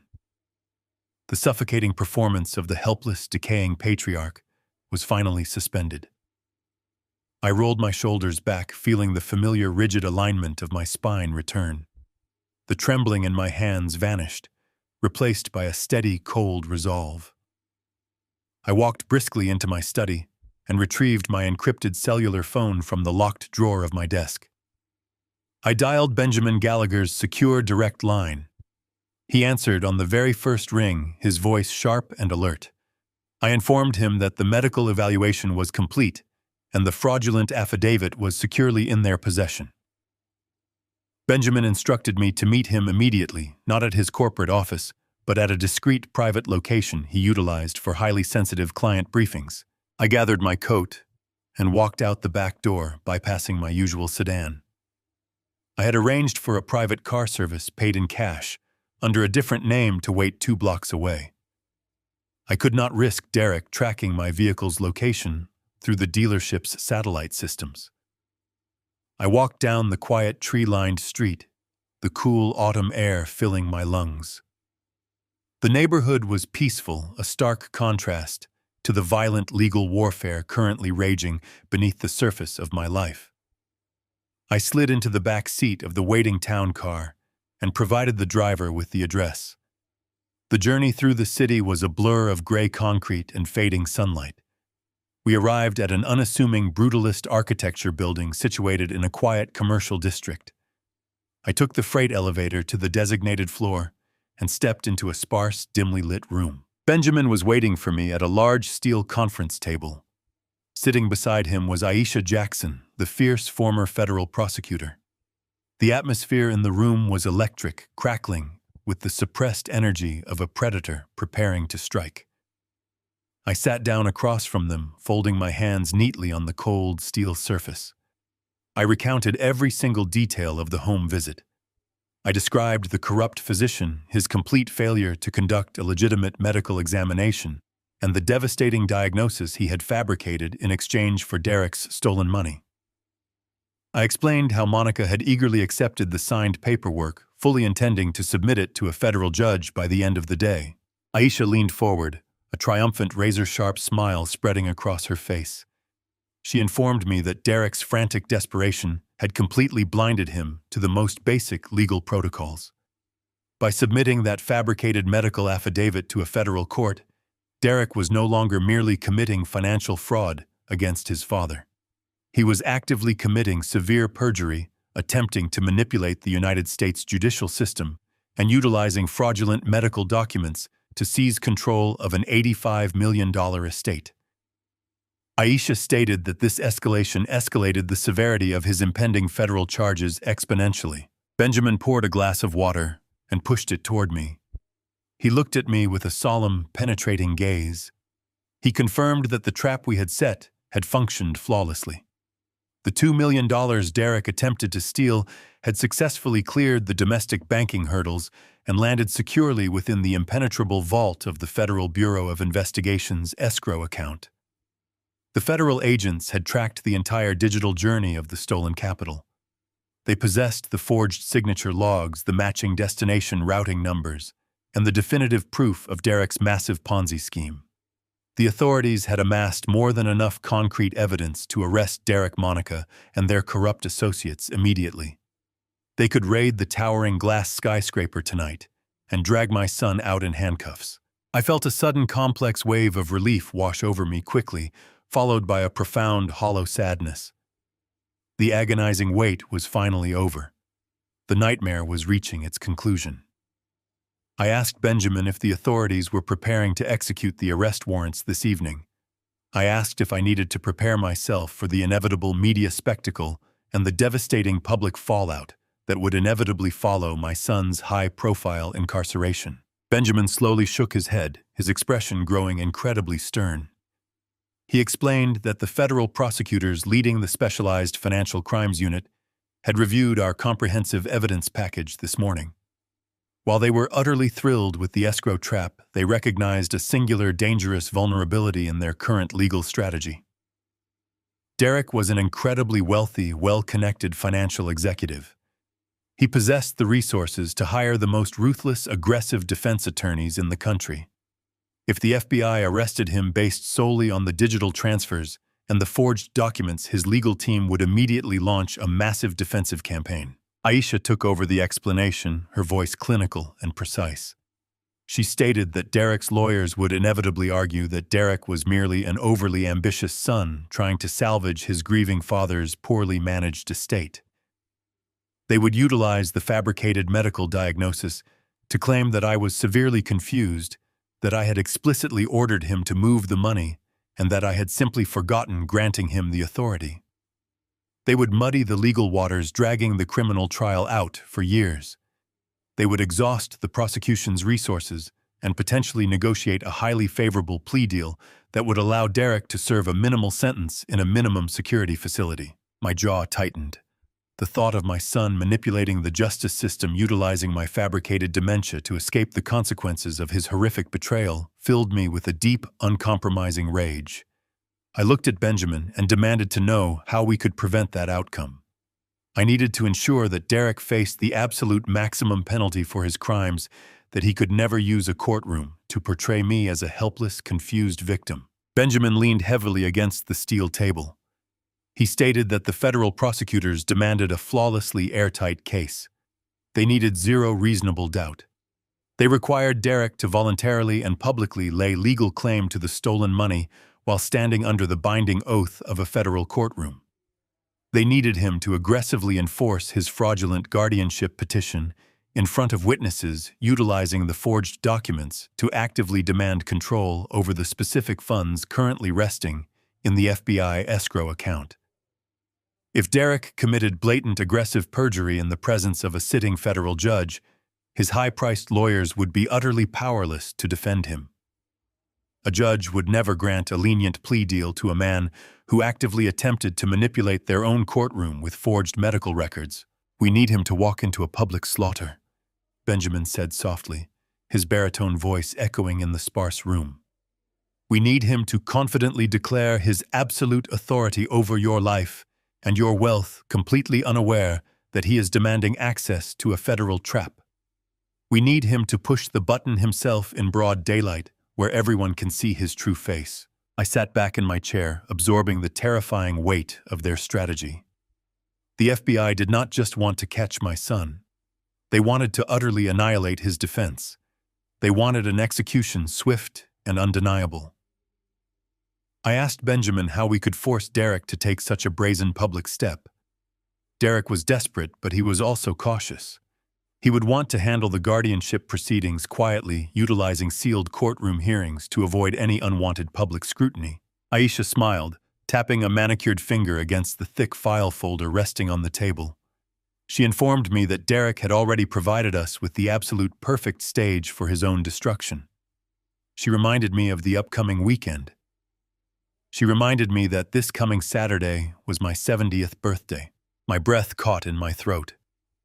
Derek had been meticulously planning a massive, opulent birthday celebration for me for the past 2 months. He had rented out a breathtaking exclusive banquet hall in the heart of downtown Chicago. He had invited over 100 guests, including all of Patricia's old friends, my former engineering colleagues, and his own wealthy social circle. He intended to use the lavish party as a grand public display of his devoted filial piety. He wanted the world to see him as the ultimate loving son, caring for his aging father. "He is going to use your birthday party to maintain his flawless public image," Benjamin explained, his eyes locking onto mine with an unyielding intensity. "But behind the scenes, his financial world is collapsing. The SEC audit is looming. He needs that $2 million released from the banking hold immediately. He cannot wait for a slow, quiet, sealed courtroom proceeding. He needs emergency judicial intervention right now." Benjamin detailed the final devastating phase of our plan. He explained that Derek's aggressive corporate litigators had managed to secure an expedited emergency hearing with a federal judge for this coming Saturday, utilizing the fabricated medical affidavit to claim extreme life-threatening urgency. However, because courts were officially closed on the weekend, the judge had agreed to formally serve the emergency injunction documents directly to me in person, legally compelling my immediate presence and compliance. "Derek will not cancel the extravagant birthday party," Aisha stated confidently. "His narcissistic ego simply will not allow him to abandon the grand public stage he has built. Instead, he will merge his two desperate goals. He will use the celebration to gather your closest friends and allies in one room. He will stand up in front of everyone, portray himself as the tragic, heartbroken son, and publicly declare that your mind is completely gone. He will use the audience to validate his narrative of pity and necessity. And then," Benjamin concluded, his voice dropping to a harsh, gravelly whisper, "he will have the process server hand you the federal subpoena right there in the middle of the banquet hall. He will publicly strip you of your autonomy, utilizing the humiliation of the moment to ensure you are too shocked and embarrassed to fight back. He will legally demand absolute control over the estate in front of 100 witnesses." I stared at the cold steel table, the sheer, breathtaking cruelty of my son's impending actions washing over me. He intended to destroy my dignity in front of everyone I cared about. He planned to use the celebration of my life as the very instrument of my execution. "He wants a public spectacle," I said quietly, raising my head to look at Benjamin and Aisha. The last remnants of my paternal hesitation dissolved, replaced by a cold, hardened armor of absolute resolve. "He wants to humiliate me. He wants to take my life while smiling at my friends." "Yes, Harrison," Benjamin replied simply. "He does." I took a deep, steadying breath. I smoothed the lapels of my navy suit and stood up from the table. The calm before the storm had officially ended. The final battle lines were drawn. "Then we will give him exactly what he wants," I said, my voice echoing with quiet, lethal certainty. "We will go to the party. We will let him take the stage. We will let him declare his victory, and then we will tear his entire world apart. I turned and walked out of the room, preparing myself for the most devastating performance of my life. Saturday evening arrived with a bitter chill that swept off Lake Michigan, but inside the grand ballroom of the downtown luxury hotel, the atmosphere was suffocatingly warm. Derek had spared absolutely no expense for my 70th birthday celebration. Crystal chandeliers cast a golden shimmering light over dozens of round tables draped in heavy silk linens. Towering floral centerpieces of white roses and orchids, Patricia's absolute favorites, dominated the room. A string quartet played soft classical melodies in the corner. It was a breathtaking display of wealth and sophistication. It was also a monument to my son's towering arrogance. He was funding this magnificent illusion using credit lines he could no longer afford, desperate to maintain his high society facade while his financial world secretly burned to the ground. I walked through the towering double doors wearing a tailored charcoal suit that Benjamin had instructed me to purchase specifically for this occasion. I made sure my posture was slightly stooped, my steps careful and hesitant. The ballroom was packed with over 100 guests. I saw my former engineering partners, men and women I had built bridges and skyscrapers alongside. I saw Patricia's closest friends from her charity boards. Elegant women who had mourned with me just a year ago. Derek and Monica had gathered every single person who mattered to my past. They had assembled the perfect audience for my public execution. Monica spotted me first. She glided across the polished marble floor wearing a dazzling emerald evening gown that undoubtedly cost more than my first car.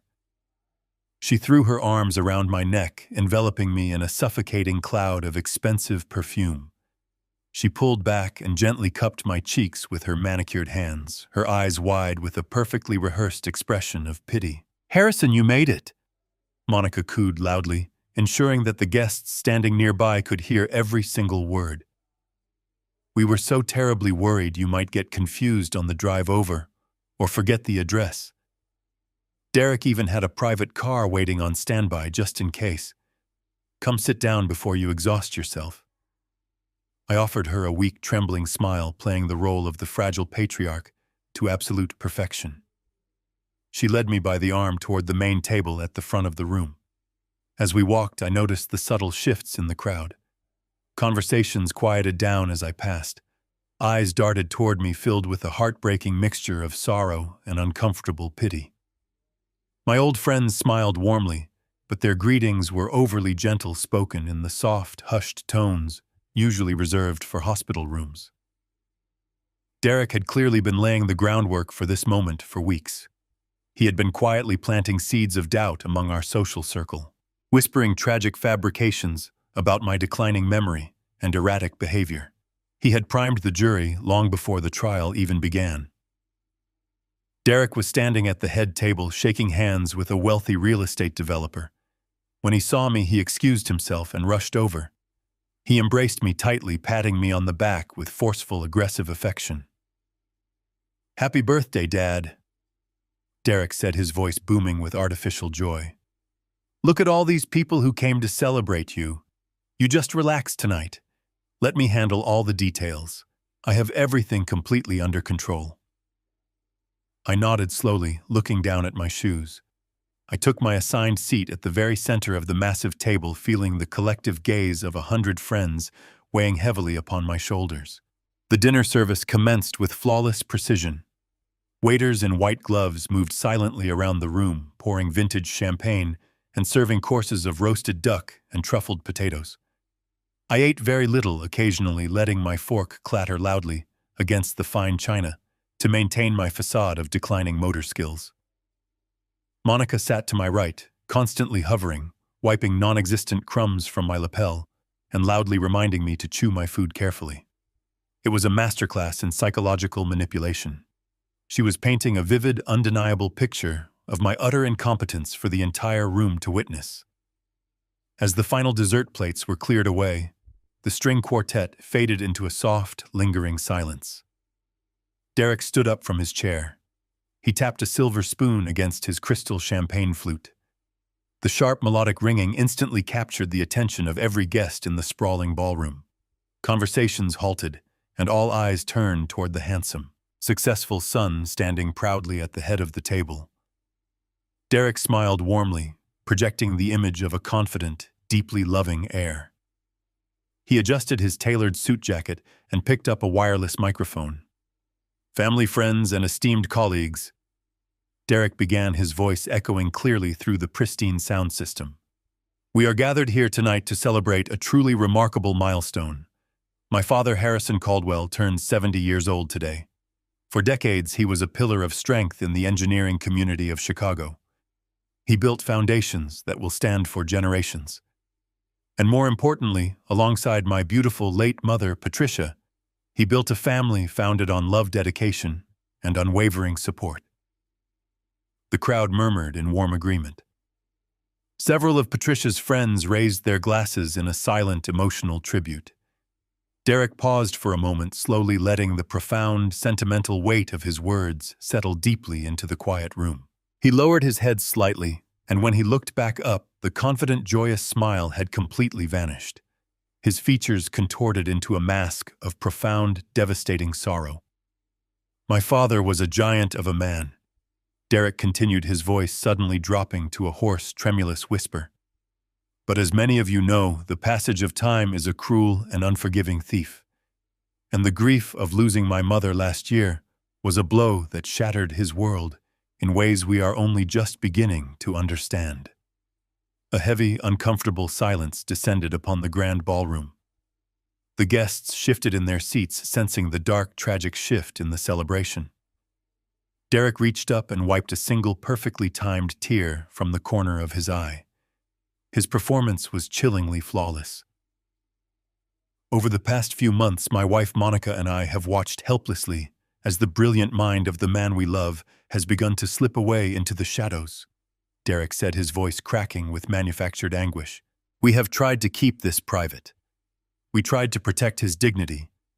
But the truth is, the rapid onset of his cognitive decline has become an insurmountable tragedy. My father no longer remembers the days of the week. He wanders aimlessly through his empty house looking for a wife who has already passed on. He leaves the stove burning. He is lost in his own memories." I sat perfectly still, my hands resting quietly in my lap. I listened to my son lie to the faces of the people who had known me my entire life. I watched my former colleagues exchange horrified, heartbroken glances. Several older women sitting at the adjacent tables began to weep softly into their silk napkins, completely convinced by his agonizing narrative. Derek gripped the microphone tighter, projecting an aura of desperate, agonizing responsibility. "But the tragedy of his declining mind is not the only burden we are facing tonight," Derek announced, his tone shifting from sorrow to a grave, desperate urgency. "My mother worked her entire life to build a legacy, a financial trust meant to secure the future of our family. But because my father's mind is no longer his own, he has become vulnerable. He is confused. And I stand before you tonight with a broken heart to confess that he is currently squandering my mother's legacy. He is authorizing massive, reckless financial transfers that he does not even remember making. He is destroying the very foundation Patricia Caldwell sacrificed everything to build." The gasps in the ballroom were audible. The shock rippled through the crowd like an electric current. Guests stared at me with wide, disbelieving eyes. I looked like a pathetic, ruined old man, staring blankly at the tablecloth, while my son exposed my deepest, darkest failures to the world. Derek took a deep, shuddering breath, looking directly down at me with cold, dead eyes hidden behind a mask of tears. "I love you, Dad," Derek whispered into the microphone, ensuring the entire room heard his tragic declaration. "And because I love you, I can no longer stand by and watch you destroy yourself and everything Mom worked for. I cannot let you remain a danger to your own life and your own estate. I have to do the hardest thing a son could ever possibly do. I have to step in and save you from yourself." Derek slowly lowered the microphone. The execution was complete. The crowd sat in stunned, horrified silence. And then suddenly from the back of the room, the heavy wooden doors swung wide open, interrupting his carefully staged theatrical performance entirely. A man dressed in a mundane gray suit and a nondescript beige trench coat stepped over the threshold. He looked entirely out of place amidst the sea of designer gowns and tailored tuxedos. He did not possess the polished grace of the waitstaff or the confident posture of an invited guest.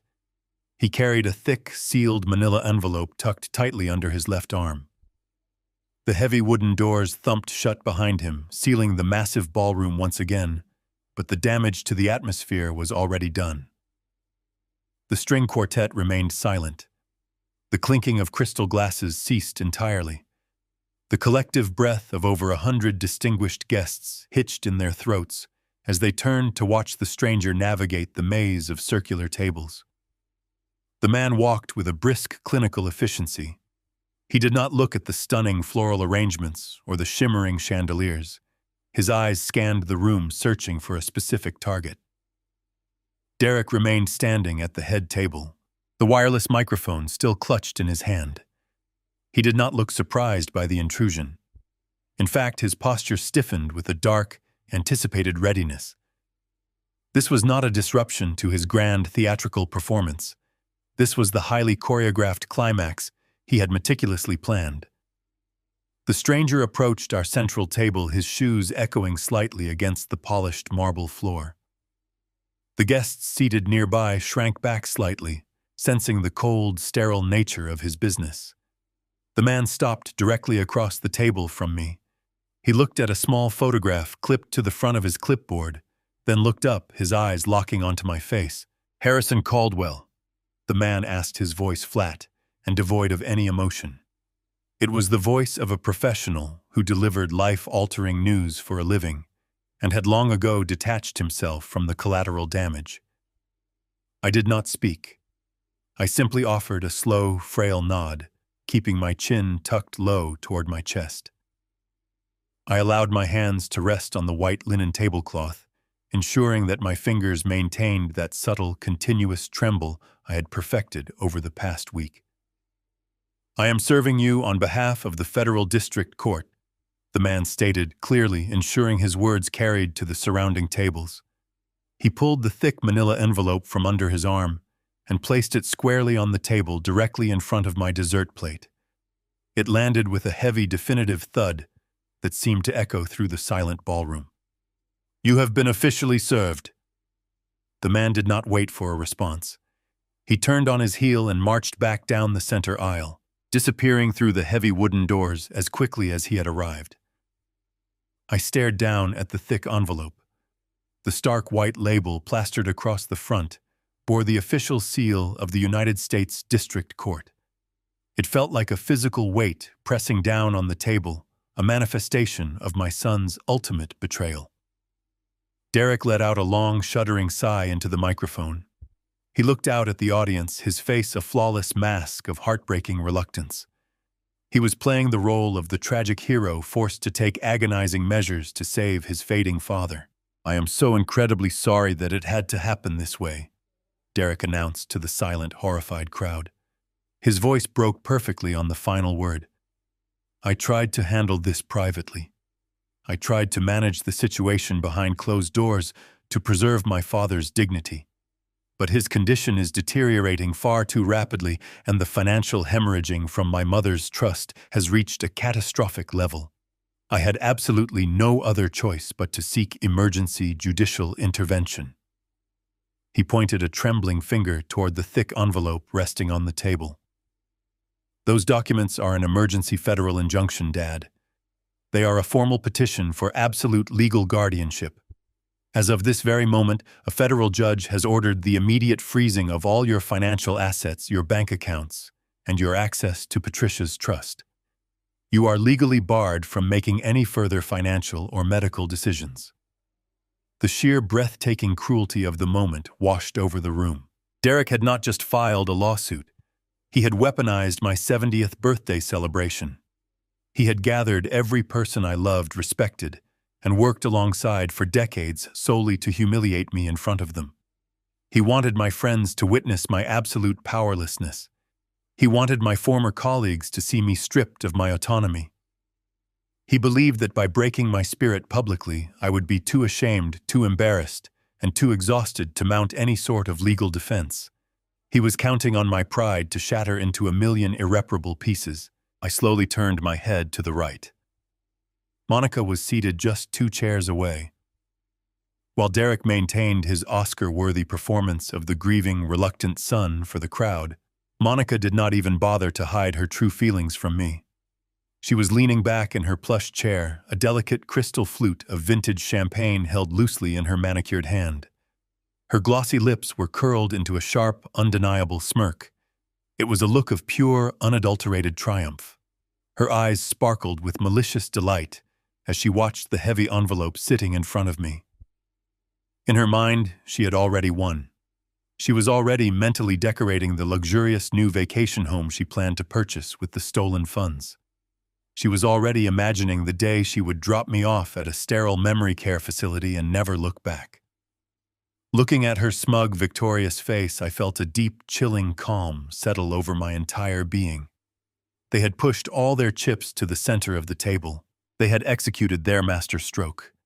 They genuinely believed they had outmaneuvered me, outsmarted me, and successfully trapped me in a cage of my own declining mind. They had no idea that they had just handed me the very weapon I needed to destroy their entire criminal empire. They were so blinded by their own towering arrogance and insatiable greed that they could not see the steel jaws of the federal trap waiting just beneath their feet. A collective gasp rippled through the grand ballroom. The sound of 100 guests inhaling sharply in unified horror broke the oppressive silence. Whispers erupted across the room, like a sudden fierce wind rustling through dry leaves. My old engineering partners stared at Derek in sheer disbelief. Patricia's closest friends covered their mouths, tears streaming freely down their carefully powdered cheeks. They were witnessing the brutal public dismantling of a man they had admired and respected for over 40 years. They looked at me with eyes filled with agonizing pity. They were waiting for the inevitable collapse. They expected me to burst into tears. They expected me to scream in denial, to pound my fists against the table, to rage against the dying of the light, thereby proving every single word of Derek's fabricated narrative. They expected a confused, helpless senior citizen to break down completely under the crushing weight of public humiliation and legal subjugation. The tension in the room stretched so tight, it felt as though the crystal chandeliers might shatter from the pressure. Derek stood at the head table, the microphone lowered, waiting for my tragic, chaotic response. Monica sipped her champagne, waiting for my spirit to finally snap. Over 100 pairs of eyes were locked onto my trembling hands, anticipating the exact moment my dignity would fully surrender to the devastation. The profound stillness of the grand ballroom was utterly deafening. No one dared to move a single muscle. The waitstaff remained frozen against the silk-draped walls, their silver serving trays hovering motionless in the thick, charged air. I could hear the faint, rapid ticking of the antique grandfather clock standing in the distant hallway, marking the agonizing seconds as they slowly bled away. I looked down at the bright white seal of the United States District Court, plastered across the thick envelope. The heavy paper felt like a physical manifestation of a monumental lie, an absolute perversion of the justice system designed solely to validate a narcissistic thief. I slowly lifted my gaze from the table and looked out at the faces of the people I had known for my entire adult life. I saw the absolute tragedy they believed they were witnessing. They thought the proud, resilient structural engineer they had known was vanishing right before their very eyes, replaced by a frail, broken shadow of a man. Derek shifted his weight impatiently at the head table. He was desperate for me to react, hungry for the dramatic, chaotic outburst that would permanently seal my fate in the eyes of the law. He wanted the screaming. He needed the tears. He required the total collapse of my sanity to finalize his fraudulent victory. I offered him complete, unbroken silence. The absolute stillness of the ballroom pressed against me, a suffocating blanket of pity and horror woven by my son.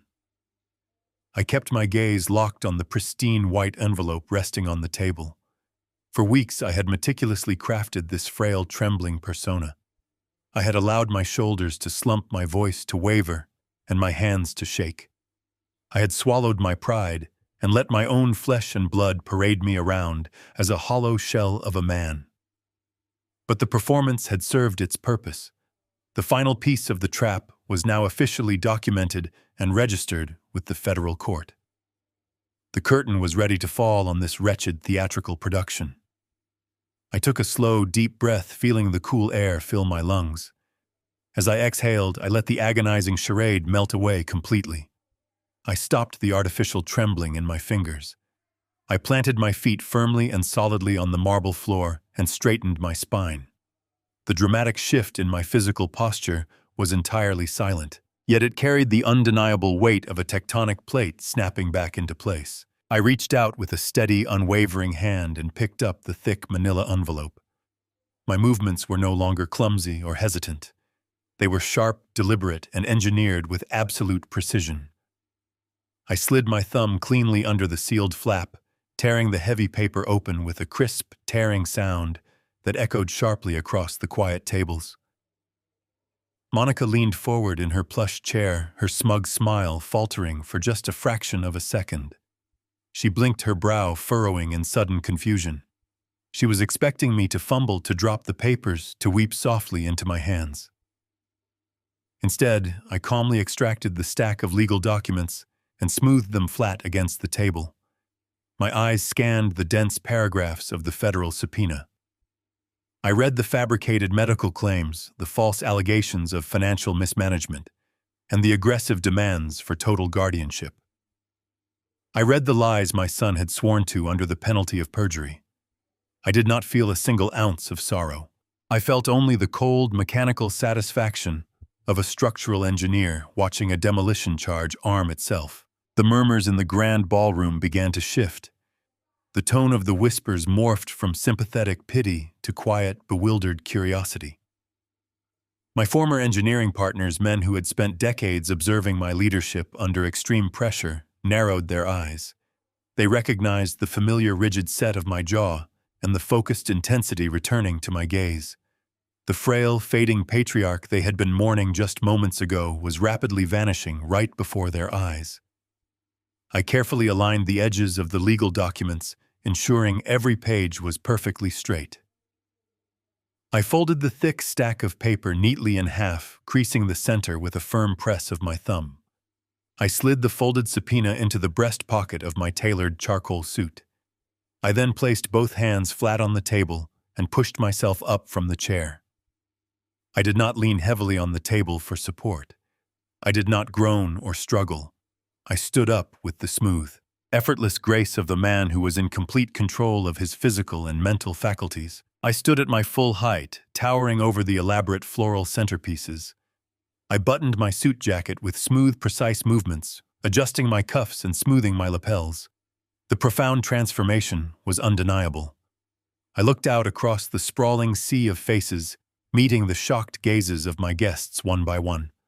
I offered them a polite, reassuring nod, silently communicating that the tragic play they had been forced to watch was nothing more than a carefully orchestrated fiction. I turned my attention toward the head table. Derek was gripping the wireless microphone so tightly that his knuckles were stark white. The manufactured tears had completely dried on his cheeks. His mouth hung slightly open, his carefully rehearsed script completely derailed by my sudden towering composure. He stared at me as if a corpse had just sat up in its casket. The narrative he had sold to this entire room was instantly crumbling under the sheer weight of my undeniable presence.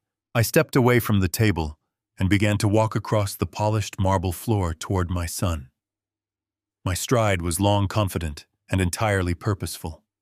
The rhythmic, commanding click of my leather shoes echoed through the silent ballroom. I did not rush. I took my time, letting the oppressive silence amplify the terrifying reality of my approach. Monica pushed her chair back, the legs scraping harshly against the floor. The glass of vintage champagne trembled in her hand, the golden liquid spilling over the rim and staining her emerald gown. Her malicious smirk had completely vanished, replaced by a look of dawning, paralyzing panic. She looked at Derek, her eyes silently screaming for him to regain control of the situation. But Derek was frozen.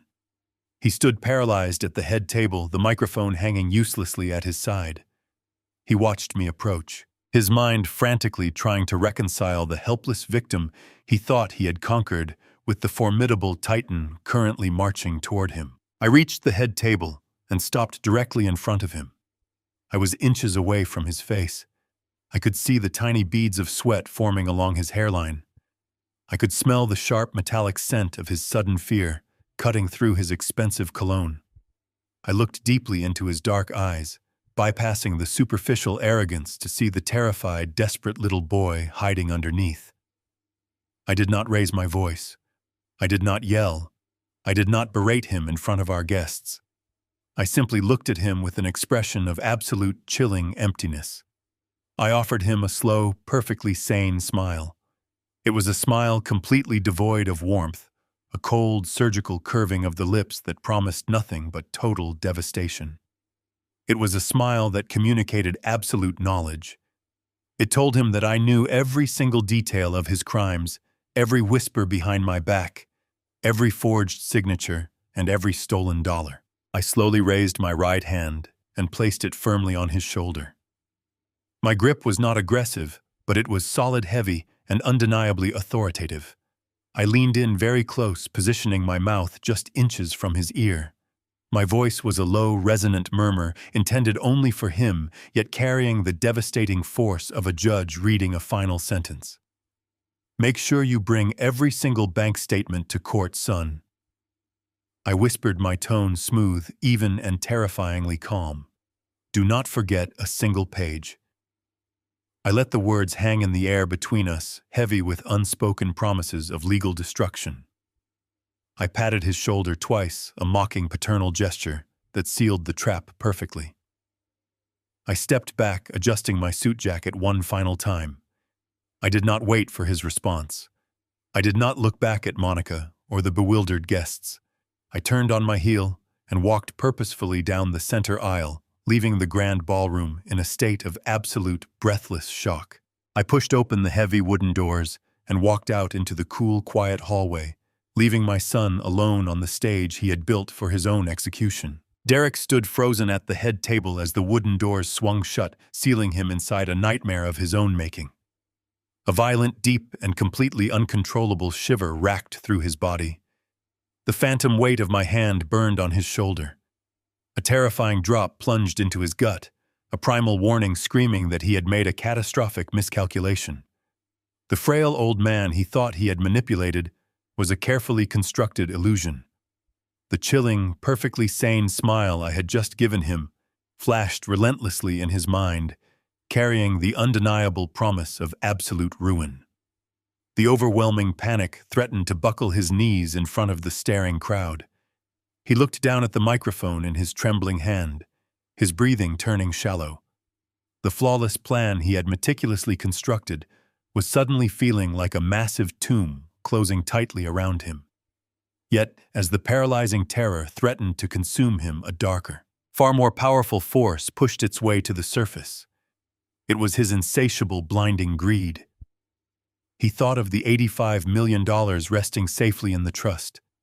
He thought of the impending federal audit and his desperate need for control to save his hedge fund. He swallowed his mounting, agonizing fear, convincing his arrogant mind that my words were nothing but the empty bluff of a thoroughly defeated man. He tightened his grip on the microphone, marching forward toward his ultimate doom. The agonizing anticipation following my birthday party culminated 4 days later inside the stark walls of the federal district courthouse. The theatrical illusions were stripped away, replaced by the cold reality of a legal battleground. The courtroom was a cavernous space paneled in dark mahogany smelling faintly of lemon polish. It was designed to intimidate. I sat at the defense table, my posture perfectly straight, my hands resting calmly. I wore the same charcoal suit from the banquet, a silent reminder that the man Derek threatened was still standing. Beside me sat Benjamin Gallagher, He sat with the quiet stillness of a predator. Across the aisle at the plaintiff table were Derek and Monica. They were flanked by litigators led by an attorney named Mr. Kensington. Derek looked pristine in a custom navy suit, but his underlying panic was undeniable. His leg bounced in a nervous rhythm. He adjusted his silk tie, his eyes darting anxiously toward the heavy oak doors. He was desperately waiting for the federal judge to rubber stamp his fraudulent victory, completely unaware that he had marched into an inescapable slaughterhouse. Monica sat rigidly beside him, her face a mask of tragic concern, though her eyes glinted with greed. The heavy side door near the bench swung open, and the bailiff commanded the room to rise. Judge Sylvia Mitchell emerged, her black robes billowing slightly as she took her seat at the elevated bench. She was a formidable woman with sharp, discerning eyes and a reputation for absolute intolerance of legal manipulation. She adjusted her reading glasses and peered down at the thick stack of emergency petitions resting on her desk. The atmosphere instantly tightened. Judge Mitchell called the hearing to order, noting for the official record that this was an expedited emergency injunction regarding the guardianship and financial competency of Harrison Caldwell. She turned her stern gaze toward the plaintiff table, instructing Mr. Kensington to present his opening arguments for why the court should immediately strip a man of his fundamental autonomy. Mr. Kensington stood up, buttoning his jacket with a practiced flourish. He stepped out from behind the heavy wooden table and walked slowly toward the center of the room to command the attention of the entire court. He began his presentation with a tone of profound, manufactured sorrow. He painted a vivid, agonizing portrait of a brilliant structural engineer whose mind had been tragically fractured by the devastating grief of losing his beloved wife. He recounted the completely fabricated stories Derek and Monica had fed him, describing a confused, helpless old man who wandered aimlessly through his empty house, who left the stove burning unattended, and who could no longer remember the current year. Mr. Kensington gestured toward me with artificial pity, framing his aggressive legal assault as an act of absolute mercy. He argued that Derek was not a greedy heir attempting to seize control, but a desperate, heartbroken son who was agonizingly forced to step in to protect his vulnerable father. Mr. Kensington then pivoted seamlessly from emotional manipulation to financial terror. He raised his voice, allowing a note of professional alarm to echo through the cavernous courtroom. He directed the judge to the sworn medical affidavit signed by their corrupt physician, presenting it as unassailable clinical proof of my severe dementia. But the true danger, he argued passionately, was not merely my physical safety. It was the $85 million estate left behind by Patricia Caldwell. Mr. Kensington passionately declared that my rapidly deteriorating mental state had made me a prime target for severe financial exploitation. He submitted the altered bank statements to the court, dramatically pointing out the recent transfer of $2 million to a completely unknown routing destination. He falsely claimed that I was recklessly wiring massive fortunes to anonymous offshore accounts. He urged Judge Mitchell to grant immediate guardianship to Derek, demanding the court freeze all my personal accounts and transfer absolute control directly into the hands of my competent son. I sat perfectly motionless as the ruthless attorney spun his intricate web of lies. I simply maintained direct, unwavering eye contact with Derek. I wanted him to see my absolute terrifying clarity. I wanted him to witness the total absence of the frail, shaking victim he had meticulously described. Derek could feel my gaze burning deeply into his soul. He shifted uncomfortably in his leather chair, the sweat beginning to bead visibly along his hairline. The cognitive dissonance was tearing his composure apart. He had built his entire legal strategy on the premise that I was a broken, confused old man who would crumble under the intimidating pressure of a federal courtroom. Instead, I sat there with the stoic, immovable presence of a stone gargoyle. Judge Mitchell occasionally glanced over at the defense table, her sharp eyes narrowing slightly as she observed my total lack of distress. The pressure was simply too much for Derek's fragile, narcissistic ego to withstand. He watched his expensive lawyer elegantly conclude the opening arguments, urging the judge to grant the emergency injunction to save his entire family. But Derek was not looking at the judge. He was looking at me. He saw the faint, knowing glimmer in my eyes, a silent promise that the trap he had stepped into was about to snap violently shut. The terrifying realization that his entire fabricated narrative was failing pushed him completely over the edge.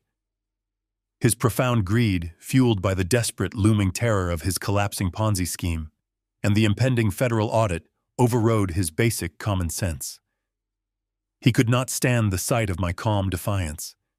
He needed to forcefully reclaim the narrative before the judge could question his claims. Derek abruptly pushed his heavy leather chair back with a loud abrasive screech that echoed sharply through the quiet courtroom. He completely ignored Mr. Kensington's frantic, hushed attempts to pull him back down by his suit jacket. Derek stood up, his face flushed with a dark, uncontrollable fury. The polished, sorrowful facade he had maintained for weeks instantly disintegrated, revealing the vicious, entitled parasite hiding underneath. He pointed a shaking, aggressive finger directly at me completely, disregarding the strict decorum of the federal court. His voice tore through the room, loud, echoing, and dripping with raw venom. "This old man is spending all the money he doesn't deserve. Now he'll give me back everything from his inheritance." The absolute silence that followed his furious outburst was deafening. Monica gasped out loud, covering her mouth with her hands, in sheer horror at his catastrophic loss of control. Mr. Kensington buried his face in his palms, realizing instantly that his client had just severely damaged their carefully constructed narrative of the loving, reluctant son. The heavy wooden doors of the courtroom seemed to trap the hostility, letting it hang thick and suffocating in the air. Judge Sylvia Mitchell's reaction was immediate and terrifying. She slammed her wooden gavel down onto the sounding block with a sharp, violent crack that made Derek physically flinch. Her stern eyes locked onto him with the absolute blistering fury of a jurist whose courtroom had just been thoroughly disrespected. "Mr. Caldwell, you will immediately control yourself and take your seat, or I will have the bailiffs remove you from this courtroom and hold you in contempt." Judge Mitchell commanded, her voice slicing through the tension like a sharpened blade. "You do not outburst in my court. You do not address the opposing party directly. Do I make myself absolutely clear?" Derek swallowed hard, the color draining rapidly from his flushed face as he realized the magnitude of his mistake. He slowly sank back into his leather chair, his breathing ragged and uneven. He offered a weak, trembling apology to the bench, but the irreparable damage to his credibility had already been done. He had shown the judge his true colors. Judge Mitchell adjusted her glasses, taking a slow, calming breath to restore order to her courtroom. She looked away from the sweating, panicked plaintiff and turned her piercing, evaluative gaze directly toward the defense table. She looked at me, her expression a complex mixture of strict judicial authority and genuine questioning curiosity. "Mr. Caldwell," Judge Mitchell said, her tone professional, but laced with a clear demand for truth. "Your son has made some incredibly severe allegations regarding your mental competency and your handling of the late Mrs. Caldwell's trust. Do you have anything to say in your defense before I rule on this emergency injunction?" I did not stand up immediately. I did not raise my voice in anger or defense. I simply looked at the boy. I had raised a boy who was now a 42-year-old criminal wearing a custom Italian suit, bought with money he did not earn. I held his terrified gaze for a long, agonizing moment, letting him feel the absolute weight of his impending doom. Then I turned my attention back to the bench. I offered the judge a polite, respectful nod. I reached into the inner pocket of my tailored charcoal jacket. My movements were smooth, practiced, and entirely devoid of any trembling weakness. I pulled out the single thin manila envelope that Benjamin and Aisha had meticulously prepared for this exact defining moment. I handed it to my attorney Benjamin, who stood up and walked it silently up to the elevated bench. "I believe that document speaks for itself, Your Honor," I said quietly, my voice carrying clearly through the breathless silence of the courtroom. Judge Sylvia Mitchell did not immediately reach for the thin manila envelope resting on the polished mahogany wood of her elevated bench. She stared down at the modest piece of stationery, her sharp eyes narrowing with profound judicial caution. In her sprawling courtroom documents, submitted in such a highly dramatic, unorthodox manner, usually contained either desperate, fabricated lies or devastating, undeniable truths. There was rarely any middle ground. She folded her hands together, the black sleeves of her heavy judicial robe settling quietly around her wrists, and shifted her penetrating gaze back down to the defense table where I sat. The air inside the cavernous courtroom had grown entirely stagnant.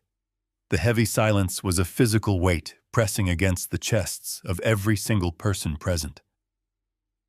At the plaintiff table, Derek leaned forward, his knuckles white as he gripped the edge of the dark wood. A single bead of sweat traced a slow, agonizing path down the side of his temple.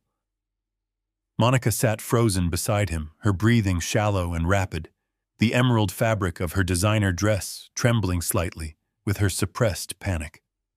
They were desperately waiting for me to falter, praying that the envelope contained nothing more than the desperate, nonsensical ramblings of a broken, grieving widow. They still clung to the delusion that their meticulously constructed narrative of my severe dementia would protect them from any legal retaliation.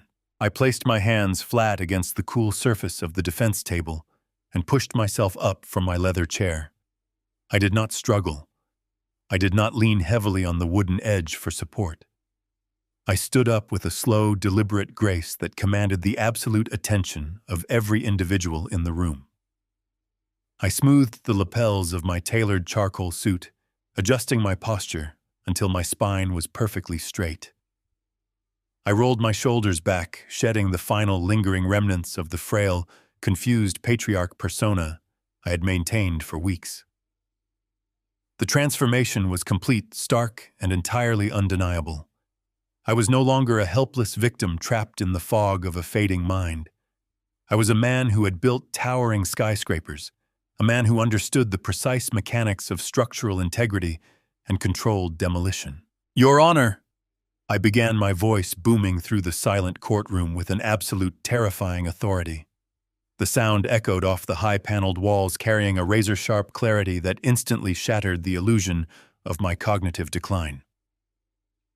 For the past month, my son and his wife have subjected me to a campaign of profound psychological manipulation and financial terror. They have stood in my home, looked me directly in the eye, and attempted to convince me that my own memories were failing.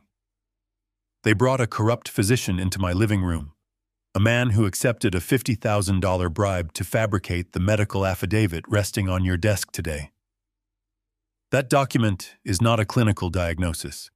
It is a weapon manufactured specifically to strip me of my fundamental human rights and grant my son unfettered access to an $85 million trust fund established by my late wife. Mr. Kensington, Derek's aggressive corporate litigator, practically leaped out of his chair. His face was flushed with sudden, frantic alarm. "Objection, Your Honor!" he shouted, waving his hand frantically in the air. "These are outrageous, baseless allegations.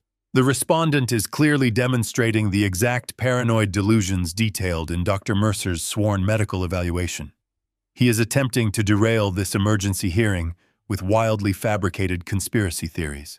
Judge Mitchell raised her hand, silencing the panicked attorney with a single sharp gesture. She did not strike her gavel. She did not raise her voice. The cold, unwavering intensity in her eyes was more than enough to force Mr. Kensington back into his seat. She turned her attention back to me, her expression completely unreadable. "I will allow the respondent to finish his statement." Judge Mitchell commanded, her tone brooking absolutely no argument. "You are making incredibly serious accusations against the plaintiff and a licensed medical professional, Mr. Caldwell. I strongly advise you to choose your next words with extreme caution. The court is listening." I offered the judge a polite, respectful nod. I did not break eye contact with her as I continued to speak.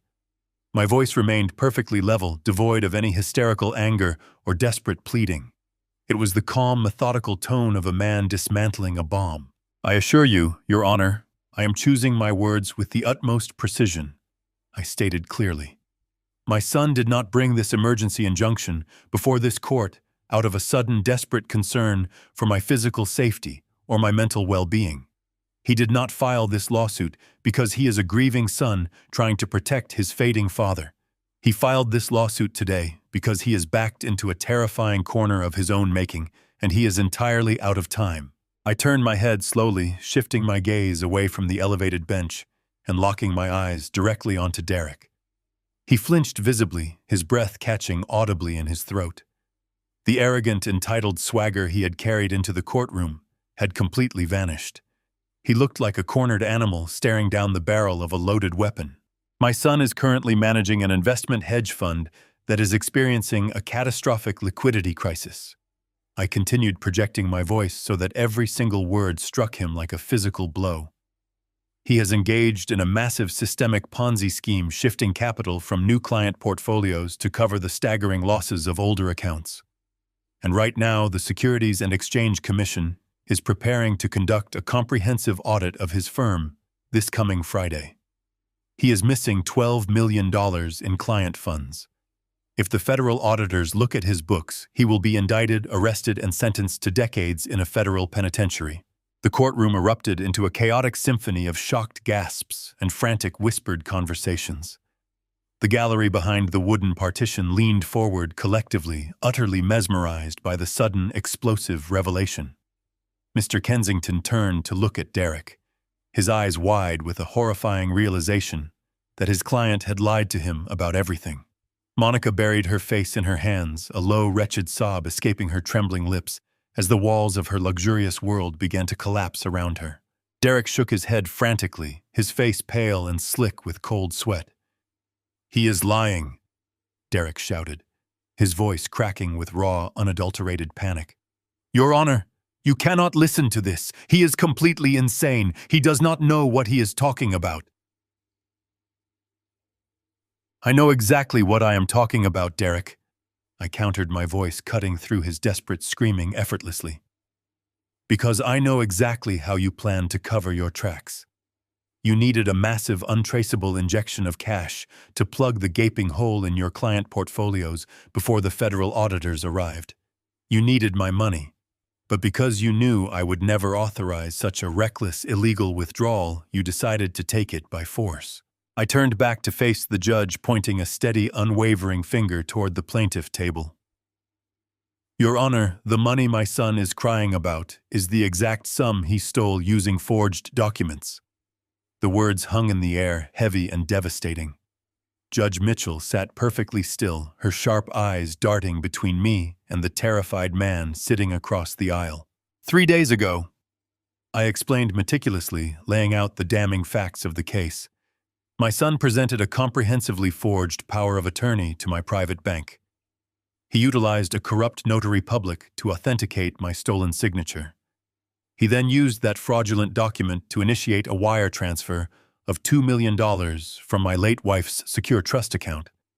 He intended to route those stolen funds into an offshore shell company registered in the Cayman Islands, hoping to wash the capital before funneling it back into his failing hedge fund to satisfy the impending federal audit." Mr. Kensington stood up again, his chair scraping violently against the floor. "Objection. Your Honor, this is absolute hearsay. There is absolutely no proof of these wild accusations. My client is a respected financial executive in this city. The proof is sitting in the envelope directly in front of you, Your Honor," I said quietly, completely ignoring the frantic attorney. Judge Mitchell looked down at the manila envelope resting on her polished desk. She did not touch it yet. She looked back up at me, waiting for the final devastating piece of the puzzle to fall into place. "My son is standing in this courtroom today, under the binding penalty of perjury, aggressively demanding that you grant him immediate, unrestricted access to those missing funds." I continued, letting a cold, merciless satisfaction seep into my voice. "He claims the money is frozen due to a banking error caused by my alleged financial incompetence. He is asking this federal court to validate his theft, but he is entirely unaware of where those funds actually went." Derek stared at me, his chest heaving violently. His dark eyes were wide with a suffocating, paralyzing terror. He finally understood that he had not outsmarted me. He realized that the banking delay was not a simple clerical hurdle. It was a perfectly engineered snare, and he had walked blindly into the center of it. I took a deep breath, preparing to deliver the final crushing blow that would permanently end his reign of deception and greed. I let the silence stretch for one agonizing second longer, ensuring that the entire courtroom was hanging on my every word. "The bank did not make a clerical error, Your Honor," I announced, my voice dropping to a deadly resonant calm that chilled the very air in the room. "The funds did not reach his offshore shell companies because my legal counsel and I intercepted the digital transfer deeds before he submitted them. We surgically altered the destination routing numbers on the very documents he forced me to sign under the guise of tax protections." I locked eyes with Derek, watching the last remaining shred of hope completely die within him. "And the account he is trying to claim ownership of," I concluded, pausing deliberately for maximum impact, "is an active FBI sting account." The silence that followed was absolute and terrifying. It was the profound, breathless quiet of a bomb detonating in slow motion. Derek let out a strangled, breathless gasp, collapsing back into his leather chair as if he had been physically struck by a heavy blow. His face turned a sickly, ashen gray. He fully grasped the catastrophic magnitude of his error. He had not just stolen money. He had willingly wired stolen funds across state lines directly into a secure vault controlled by the United States Department of Justice. He had literally deposited his own highly documented criminal confession straight into the waiting hands of federal agents. "Objection! Objection! Your Honor! I demand a recess immediately!" Mr. Kensington screamed, waving his arms frantically. The seasoned corporate lawyer was panicking, suddenly realizing that he was actively representing a man who had just utilized his legal services to unknowingly confess to massive federal crimes in an open court. He saw his own pristine legal career flashing before his eyes. "My client cannot be subjected to these unverified inflammatory ambushes. We must halt these proceedings." Judge Sylvia Mitchell did not look at the screaming attorney. Her face had darkened with a profound, terrifying judicial fury. The sheer audacity of a plaintiff utilizing her federal courtroom to facilitate an active money laundering scheme and demand access to an FBI sting account was an insult to the very foundation of the justice system she represented. The implications of my statement were staggering, and the furious burning in her eyes indicated that she understood every single ramification perfectly. She reached out and grasped the heavy wooden handle of her gavel. She raised it high into the air and brought it crashing down onto the sounding block with a thunderous, explosive force that shook the entire mahogany bench. The sharp crack echoed like a gunshot through the cavernous room, instantly silencing Mr. Kensington's frantic, desperate shouting. "You will sit down and remain completely silent, counselor, or I will have you removed from this courtroom in handcuffs." Judge Mitchell roared, her voice vibrating with absolute, blistering authority. Mr. Kensington froze instantly. He slowly sank back into his chair, his face pale and slick with nervous sweat. He did not dare to utter another single word. Judge Mitchell took a deep, steadying breath, her chest heaving under her black robes as she fought to control her blazing anger. She turned her fierce, unwavering gaze away from the terrified plaintiff table and looked directly down at the thin manila envelope resting quietly on her polished desk. Her hands reached out with a swift, decisive motion. She gripped the edge of the heavy paper, and without a single moment of hesitation, she ripped open the envelope. The sharp tearing of the manila envelope echoed through the paralyzed courtroom, like the striking of a match in a room filled with gasoline. Judge Sylvia Mitchell pulled a thick stack of documents from the heavy paper casing. She flattened them out against the polished mahogany surface of her elevated bench. The entire gallery held its collective breath. My former engineering partners, Patricia's lifelong friends, and even the stern bailiffs standing by the heavy wooden doors remained utterly motionless. The oppressive silence was broken only by the crisp, rhythmic rustling of the pages turning as the judge began to read. I watched her sharp, discerning eyes track back and forth across the dense paragraphs. Initially, her expression remained locked in that mask of impenetrable judicial neutrality she had perfected over decades on the bench. She was a woman who had presided over complex corporate litigations, bitter family disputes, and violent criminal proceedings. She was not easily shocked. But as she turned to the second page, the impenetrable mask began to crack. The second document in the stack was a sworn notarized affidavit from a senior supervisory special agent within the Federal Bureau of Investigation. The affidavit detailed the exact parameters of the active sting operation. It outlined the creation of the secure escrow account, explicitly listing the routing numbers that had been surgically swapped into the asset transfer deeds my son had forced me to sign. Judge Mitchell read the agent's testimony, her brow furrowing deeply. She traced the alphanumeric codes with her index finger, comparing them to the official banking manifests we had included in the evidentiary packet. She turned another page, digging deeper into the devastating cache of information. The subsequent documents provided an exhaustive, meticulously documented autopsy of Derek's collapsing hedge fund. There were internal accounting ledgers secured by Benjamin's discreet backdoor investigation. There were comprehensive flowcharts mapping the movement of illicit capital from new client portfolios directly into the gaping financial voids left by Derek's disastrous investment strategies. The undeniable proof of a massive systemic Ponzi scheme was laid bare before her eyes. I watched the color completely drain from Judge Mitchell's face. Her usually vibrant complexion turned a stark, sickly shade of chalk white. The sheer breathtaking magnitude of the criminal enterprise outlined in those pages was staggering enough. But it was the profound, malicious audacity of the plaintiff sitting in her courtroom that truly horrified her. She realized that the handsome, supposedly grieving son, who had stood before her demanding an emergency injunction, was actually a desperate, cornered felon attempting to utilize her federal authority as an instrument of his ongoing fraud. Her hands, usually so steady and commanding, began to tremble slightly as she held the final document. It was a digital log verified by cybersecurity experts proving that my signature on the initial power of attorney had been comprehensively forged. It demonstrated that Derek had orchestrated the theft of the initial $500,000 without my knowledge, funneling it through a corrupt notary public to bypass domestic banking security measures. The narrative of my severe cognitive decline, the tragic story Derek had spun with fake tears and trembling hands, was entirely annihilated by the cold, irrefutable data resting on her desk. Judge Mitchell slowly lowered the papers. The rustling sound ceased, returning the cavernous courtroom to a terrifying, suffocating silence. She did not look at me. She did not look at my attorney Benjamin, who sat beside me with the quiet, dangerous satisfaction of a wolf watching a trap snap shut. Judge Mitchell slowly lifted her head and turned her piercing gaze directly toward the plaintiff table. She looked at my son Derek. Her eyes were no longer merely stern.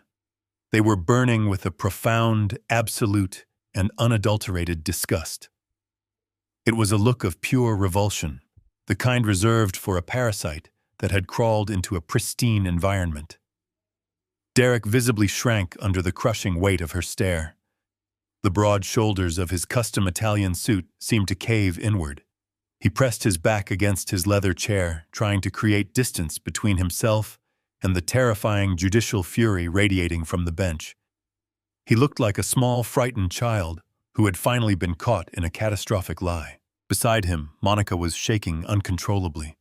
Her perfectly manicured hands gripped the edge of the heavy wooden table so tightly her knuckles were stark white. The emerald fabric of her designer gown rustled with her frantic, shallow breathing. She kept looking toward the heavy wooden doors at the back of the courtroom, her eyes darting desperately, as if she were calculating the exact distance required to flee the building. Mr. Kensington, the aggressive corporate litigator who had championed their fraudulent cause just moments ago, sat completely paralyzed. He stared straight ahead at the blank wall, recognizing that his proximity to this monumental disaster might permanently end his own prestigious legal career. Judge Mitchell took a deep, shuddering breath, filling her lungs with the stagnant courtroom air. When she finally spoke, her voice was not a roar of anger. It was a low, resonant, and terrifyingly calm declaration of absolute ruin. Mr. Caldwell. Judge Mitchell began directing her words exclusively to my son. The title sounded like a curse leaving her lips. When you filed this emergency petition for guardianship, You submitted a signed, sworn affidavit outlining your financial claims. You stood in this federal courtroom under the binding penalty of perjury, and you demanded that I grant you immediate, unrestricted access to specific funds. You claimed those funds were frozen due to a banking error caused by your father's alleged mental incompetence. You asked this court to validate your legal authority over that capital. Derek tried to swallow, but his throat was completely dry. He opened his mouth desperately, searching for a word of defense, an excuse, a plea for mercy. No sound came out. The overwhelming terror had completely robbed him of his voice. He could only stare at the judge with wide, panicked eyes. You have just made a catastrophic miscalculation.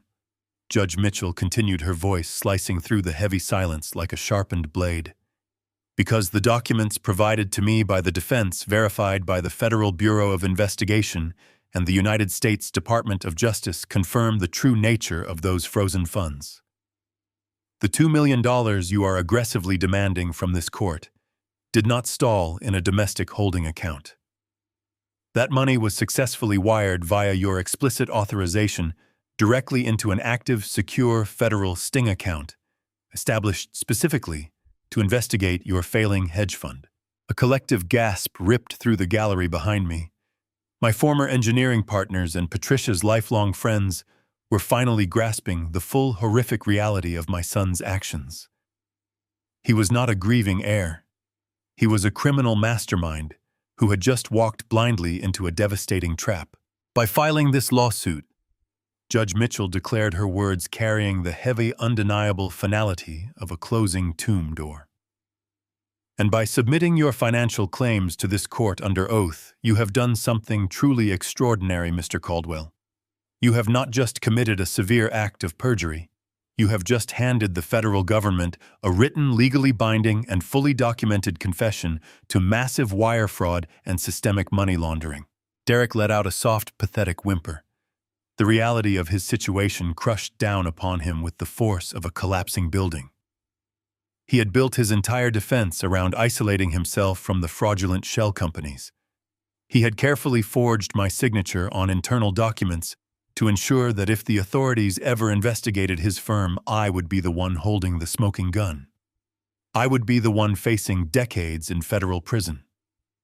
But his arrogant, insatiable greed had betrayed him. Because he could not wait for a quiet resolution. Because he desperately needed the $2 million to survive the impending audit. He had boldly stepped into a federal courtroom and claimed ownership of the stolen money himself. He had proudly attached his own name to the theft. He had formally demanded the proceeds of his own crime, entirely unaware that the vault he was trying to pry open was heavily guarded by federal agents waiting to arrest him. He had tied the noose, placed it around his own neck, and confidently pulled the lever.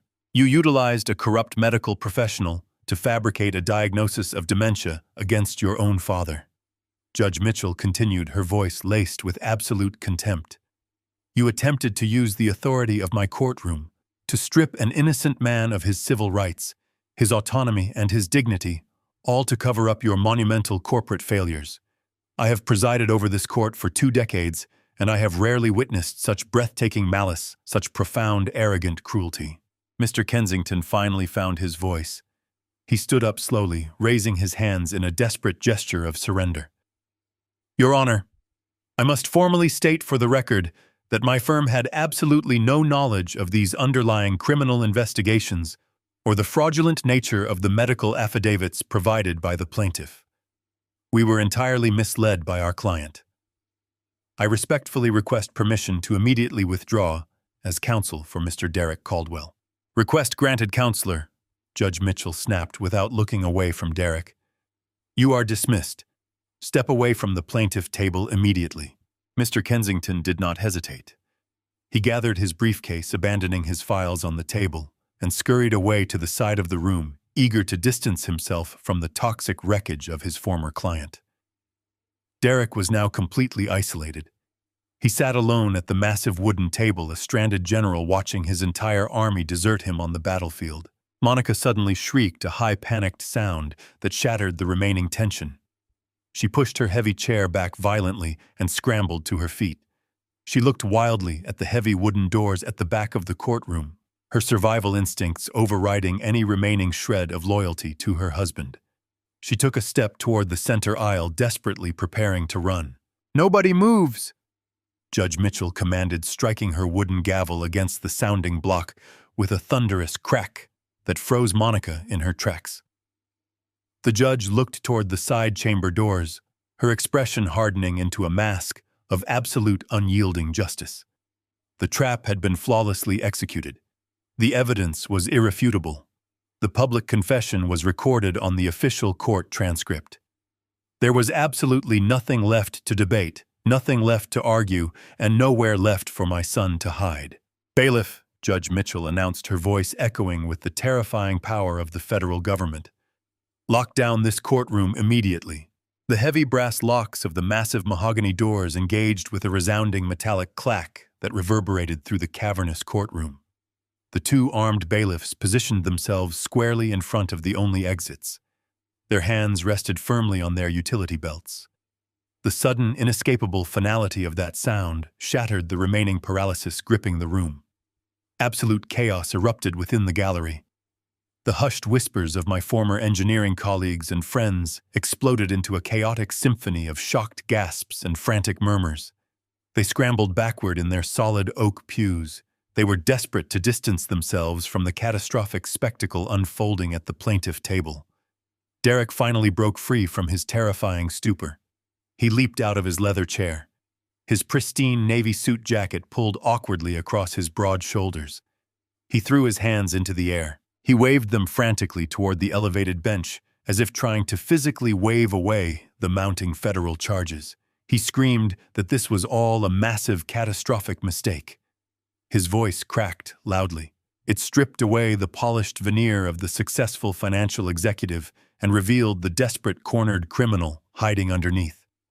He shouted that his lawyers had misunderstood his explicit instructions.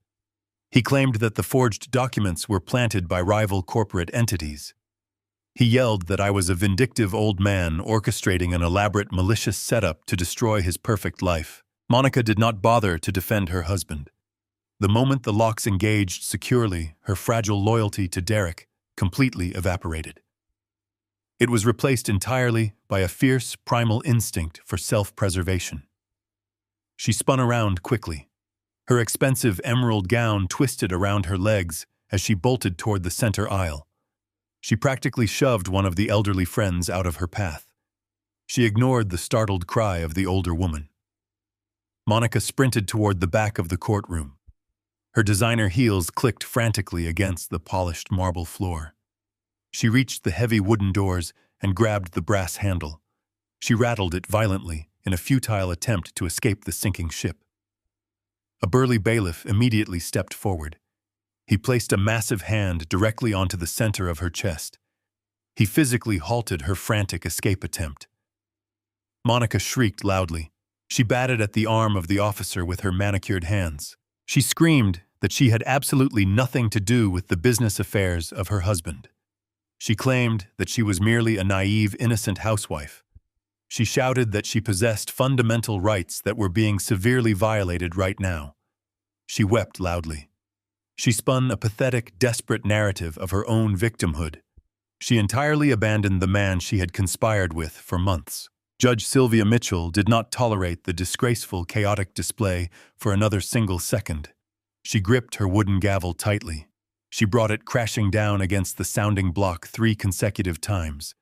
The explosive, thunderous cracks echoed through the sprawling room. They demanded immediate and absolute submission from everyone present. She commanded the gallery to sit down immediately. She ordered Monica to return to the plaintiff table instantly, or face additional charges of resisting a lawful federal order. The sheer, blistering authority in her voice forced the room into a stunned, trembling submission. Monica slowly backed away from the locked doors. Her face was streaked with ruined mascara.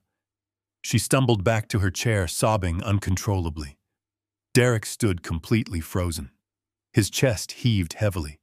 His panicked eyes darted wildly around the room as he realized there was absolutely no escape from the devastating reality he had built. The heavy side door leading directly to the private chambers of the judge swung open widely. 3 United States Marshals stepped out into the courtroom. They did not walk with the hesitant, cautious steps of standard security guards. They moved with the terrifying, synchronized precision of elite federal agents executing a high-value arrest. They wore dark tactical suits. Their official golden badges gleamed sharply under the bright crystal chandeliers hanging above. They marched straight down the center aisle. Their heavy boots moved in perfect unison. The gallery fell completely silent. They watched the physical manifestation of federal justice approach the isolated plaintiff table. Derek watched them coming. His breath hitched painfully in his throat. He took a stumbling step backward. His legs collided with the heavy wooden chair. He almost sent himself crashing to the floor. The lead marshal did not utter a single word of warning. He reached Derek quickly. He grabbed him firmly by the shoulder and forcefully spun him around. The marshal kicked the legs of my son apart to widen his stance. He pinned him aggressively against the solid edge of the plaintiff table. He grabbed the wrists of the struggling man. He forced his arms tightly behind his back. The harsh metallic ratcheting sound of the heavy steel handcuffs snapping securely around the wrists of my son echoed loudly through the silent courtroom. It was a cold, definitive sound. It permanently severed Derek from his luxurious, privileged existence. The second marshal moved swiftly toward Monica. She shrieked hysterically. She begged the officer not to touch her expensive dress. The federal agent ignored her pathetic pleas entirely. He grabbed her arms firmly. He spun her around and secured her wrists with another pair of heavy steel cuffs. The polished, untouchable couple who had swaggered into the courtroom just an hour ago were now physically shackled. They fully intended to strip me of my human rights earlier. Now they were rendered entirely powerless under the crushing weight of the federal justice system. The physical reality of the cold steel biting into his wrists finally broke whatever fragile remnants of denial Derek still harbored. His arrogant, narcissistic facade shattered completely into tiny pieces. He sagged heavily against the wooden table. His knees buckled slightly under his own weight. The marshal hauled him upright with a sharp, uncompromising jerk. Derek slowly turned his head. He looked across the wide center aisle directly at me. His pristine navy suit was crumpled and twisted badly. His perfectly styled hair fell messily across his sweating forehead. The arrogant corporate titan was completely gone forever. In his place stood a terrified, weeping child. He stared at his father with eyes filled with absolute, desperate agony. He realized that his expensive lawyers could not save him now. He realized his money could not buy his way out of a federal trap. He realized that I was the only person in the entire world who possessed the power to show him any mercy. "Dad!" Derek choked out loudly. His voice was a ragged, broken sob that carried clearly across the quiet room. "Dad, please help me. You have to stop this right now. You have to tell them it is a mistake." The tears flowed freely down his flushed cheeks. They mixed with the cold sweat on his face. He struggled weakly against the iron grip of the federal agent. He desperately tried to lean closer to the defense table where I stood perfectly still. "I am your son, Dad. I am your only son. You cannot let them take me away like this. I will give the money back. I will close the firm completely. I will do whatever you want me to do. Please use your lawyers to fix this. Use the trust money. You have to save me today." He invoked the name of his mother. He cried out that Patricia would never allow her family to be destroyed in this manner. He weaponized the memory of the woman he had actively tried to steal from just to save his own skin. I stood tall and resolute behind the defense table. I looked at the weeping, trembling man shackled just a few feet away from me. I felt the collective gaze of the entire courtroom burning intensely into my back. My former colleagues and the lifelong friends of Patricia were waiting to see my reaction. They wanted to know if the unconditional love of a father would override the basic demand of a man for justice. I searched my heart for a single lingering drop of paternal pity. I looked for the boy I had taught to ride a bicycle many years ago. I looked for the boy whose scraped knees I had carefully bandaged. I looked for the boy whose future I had meticulously planned and generously funded. I searched deeply within myself. I was hoping to find a reason to offer him a shred of comfort in his darkest, most terrifying hour. But the vault inside my chest was completely empty. The son I had raised died the very moment he stood in my garage and confidently lied to my face. The son I loved vanished the exact second he planned to lock me in a psychiatric ward to cover his massive corporate fraud. I looked at Derek with cold, dead eyes. I then simply turned my back to him forever. The heavy oak doors of the courtroom swung open, and I walked out into the brightly lit corridor without a single backward glance. The frantic, echoing pleas of my son were abruptly severed as the thick wood closed firmly behind me.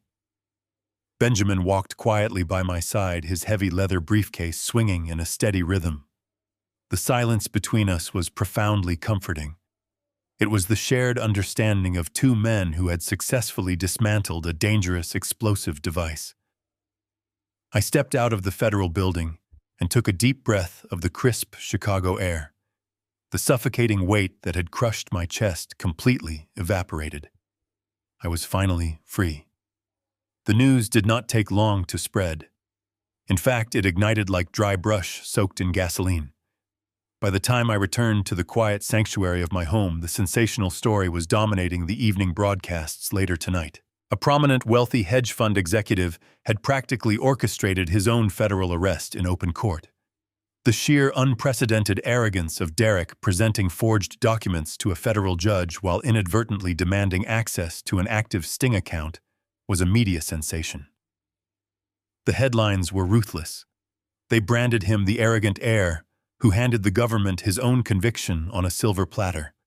The social circles that had so eagerly consumed his fabricated narrative of my dementia now watched in horror as his glamorous facade disintegrated on national television. The very next morning, the Securities and Exchange Commission executed their scheduled audit of his investment firm. They did not arrive with standard clipboards and polite inquiries. They arrived flanked by armed federal agents carrying heavy cardboard boxes and digital extraction equipment. The raid was swift, comprehensive, and utterly devastating. The investigators tore through the corporate servers without any hesitation. They easily bypassed the flimsy security measures Derek had implemented. The entire $12 million black hole in the client portfolios was exposed within hours. The intricate web of offshore shell companies, the falsified return statements, and the desperate, frantic attempts to shift capital were all laid bare under the unforgiving fluorescent lights of the federal investigators. The firm was immediately shuttered. The doors were padlocked, and the accounts were frozen. The wealthy clients who had trusted Derek with their fortunes awoke to find their investments completely decimated. The catastrophic fallout did not remain confined to the glass walls of the financial district. It bled rapidly into the luxurious, manicured streets of his personal life. Monica quickly discovered that her fierce instinct for self-preservation was entirely useless against the crushing, methodical machinery of the United States Department of Justice. She desperately attempted to distance herself from him immediately. She hired a high-priced defense attorney, claiming absolute ignorance regarding the origins of their immense wealth. She painted herself as a naive, devoted housewife who was cruelly deceived by a manipulative spouse. But the federal prosecutors were incredibly thorough. They uncovered the digital trails connecting her directly to the fraudulent notary public. They found text messages where she aggressively pushed Derek to accelerate the theft of my estate to fund her insatiable shopping habits. They possessed the audio recording I had secured capturing her vile, calculated plan to lock me away in a psychiatric ward. Her claims of innocence dissolved instantly. The federal government moved with uncompromising speed to recover the stolen client funds. They executed sweeping asset forfeiture warrants across their opulent lifestyle. I watched from a quiet distance as the illusion they had built was systematically dismantled. Federal marshals arrived at their sprawling penthouse early today. They seized the property entirely. They confiscated the fleet of expensive European sports cars parked in the secure underground garage. They emptied the bank accounts Monica desperately tried to drain. They even cataloged and confiscated her collection of designer jewelry and bespoke evening gowns, marking them as proceeds of a criminal fraud. The glamorous woman who had smugly told me to accept my confinement was abruptly left with nothing. Within 3 weeks of the courtroom disaster, Monica filed for complete bankruptcy. She was forced to abandon the elite social circles that now viewed her with sheer disgust. She moved into a tiny cramped apartment on the far edges of the city, utterly ruined by the very greed that drove her to betray me. Derek faced an even darker, far more permanent reckoning.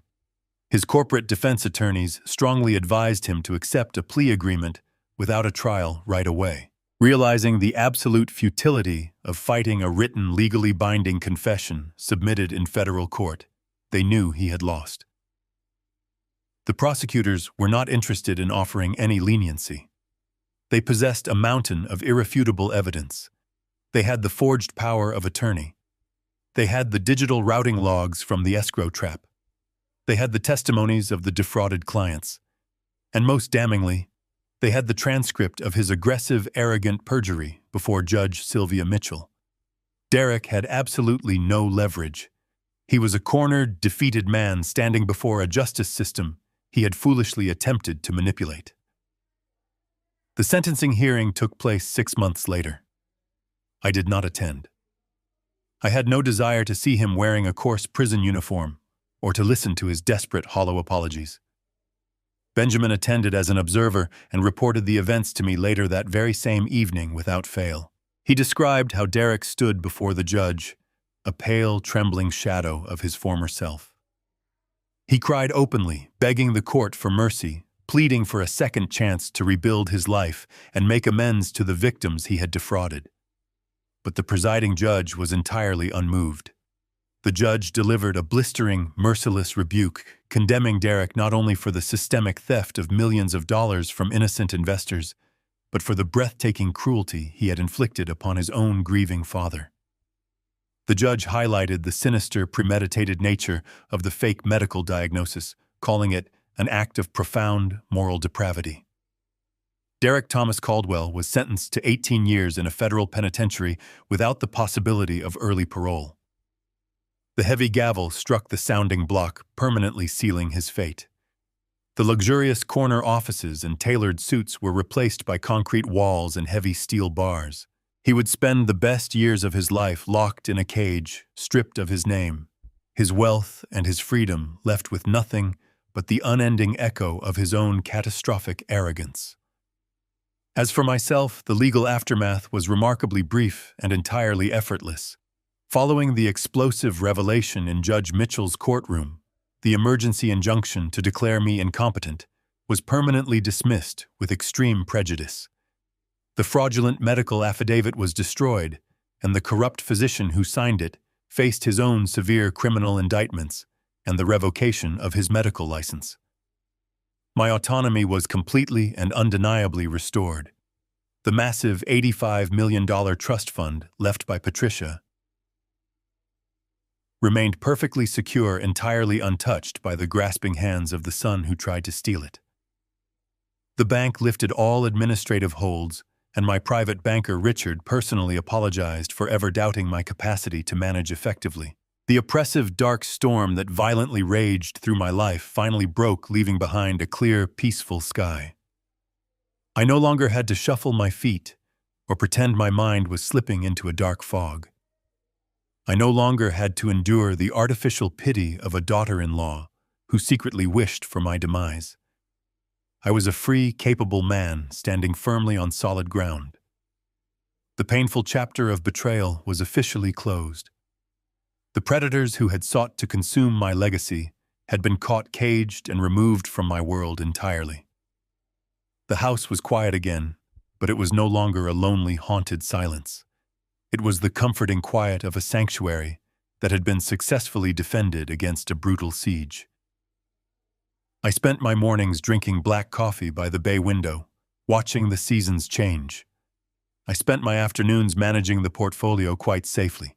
with a renewed, vigorous clarity, ensuring that Patricia's incredible legacy would continue to thrive without interference. I spent my evenings in the garage wiping down the polished chrome of the vintage Mustang, listening to the gentle hum of the old radio.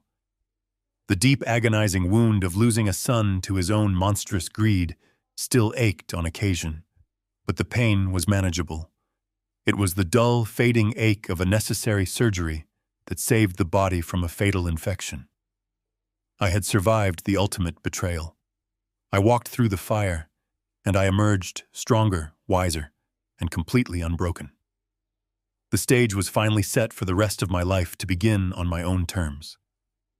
I closed the garage door, breathing the crisp evening air, knowing that justice had been served and the future was entirely mine to shape, free from the shadows of my very past. 6 months have passed since the heavy oak doors of the federal courthouse swung shut on my son's life.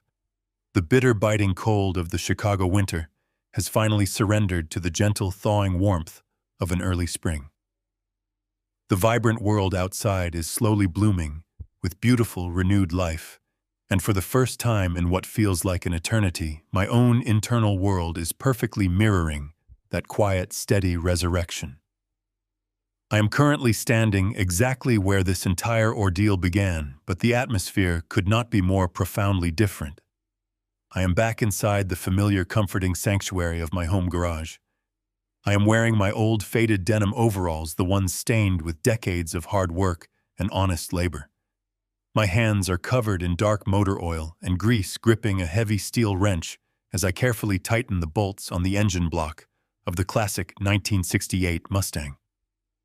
The soft, rhythmic hum of the old radio fills the space, broadcasting a gentle jazz melody that wraps around the room like a warm blanket. There is no looming threat hovering just outside my door.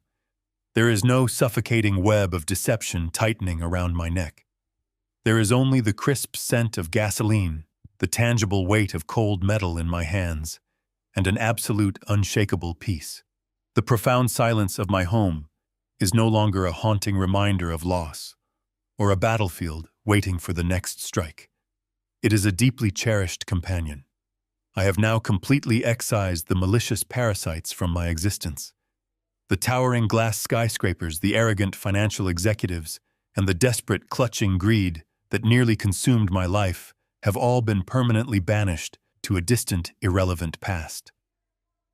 Derek is serving his 18-year sentence in a federal penitentiary. I do not receive letters from him, and I do not seek them out.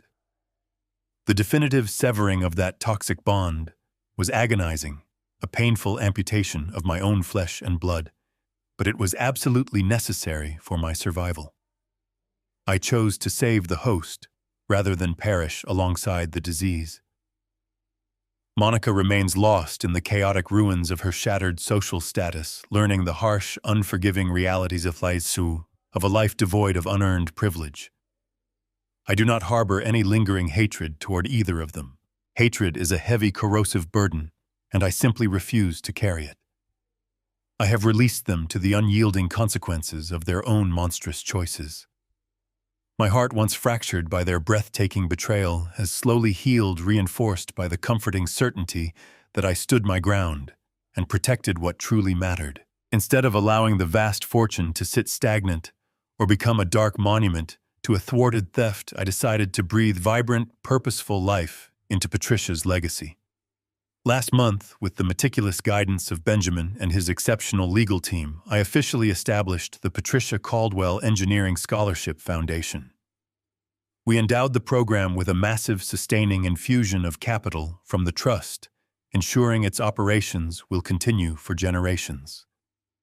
The scholarship is not designed for the elite, entitled children of wealthy corporate families who expect success to be handed to them on a silver platter.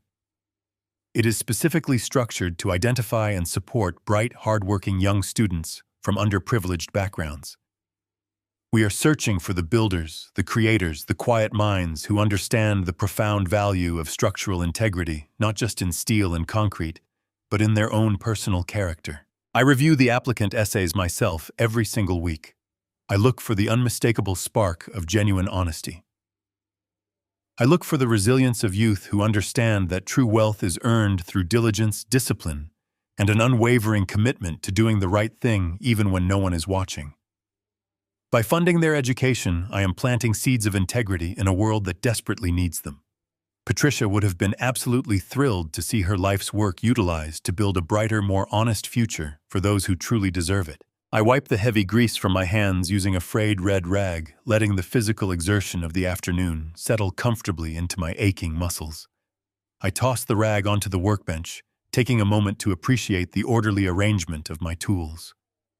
The shiny wrenches and polished screwdrivers hang in perfect alignment, reflecting the restored order of my own life.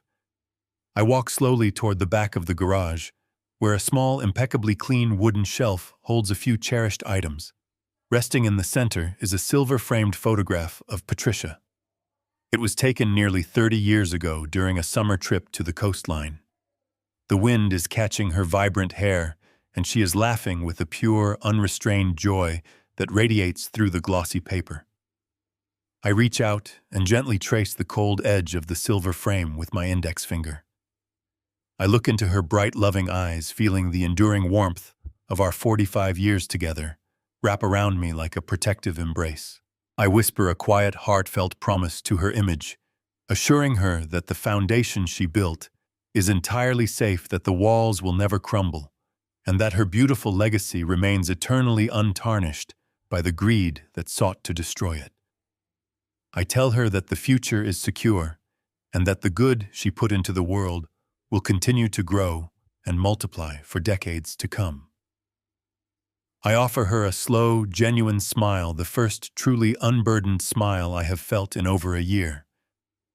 I turn away from the shelf, my soul light and thoroughly cleansed.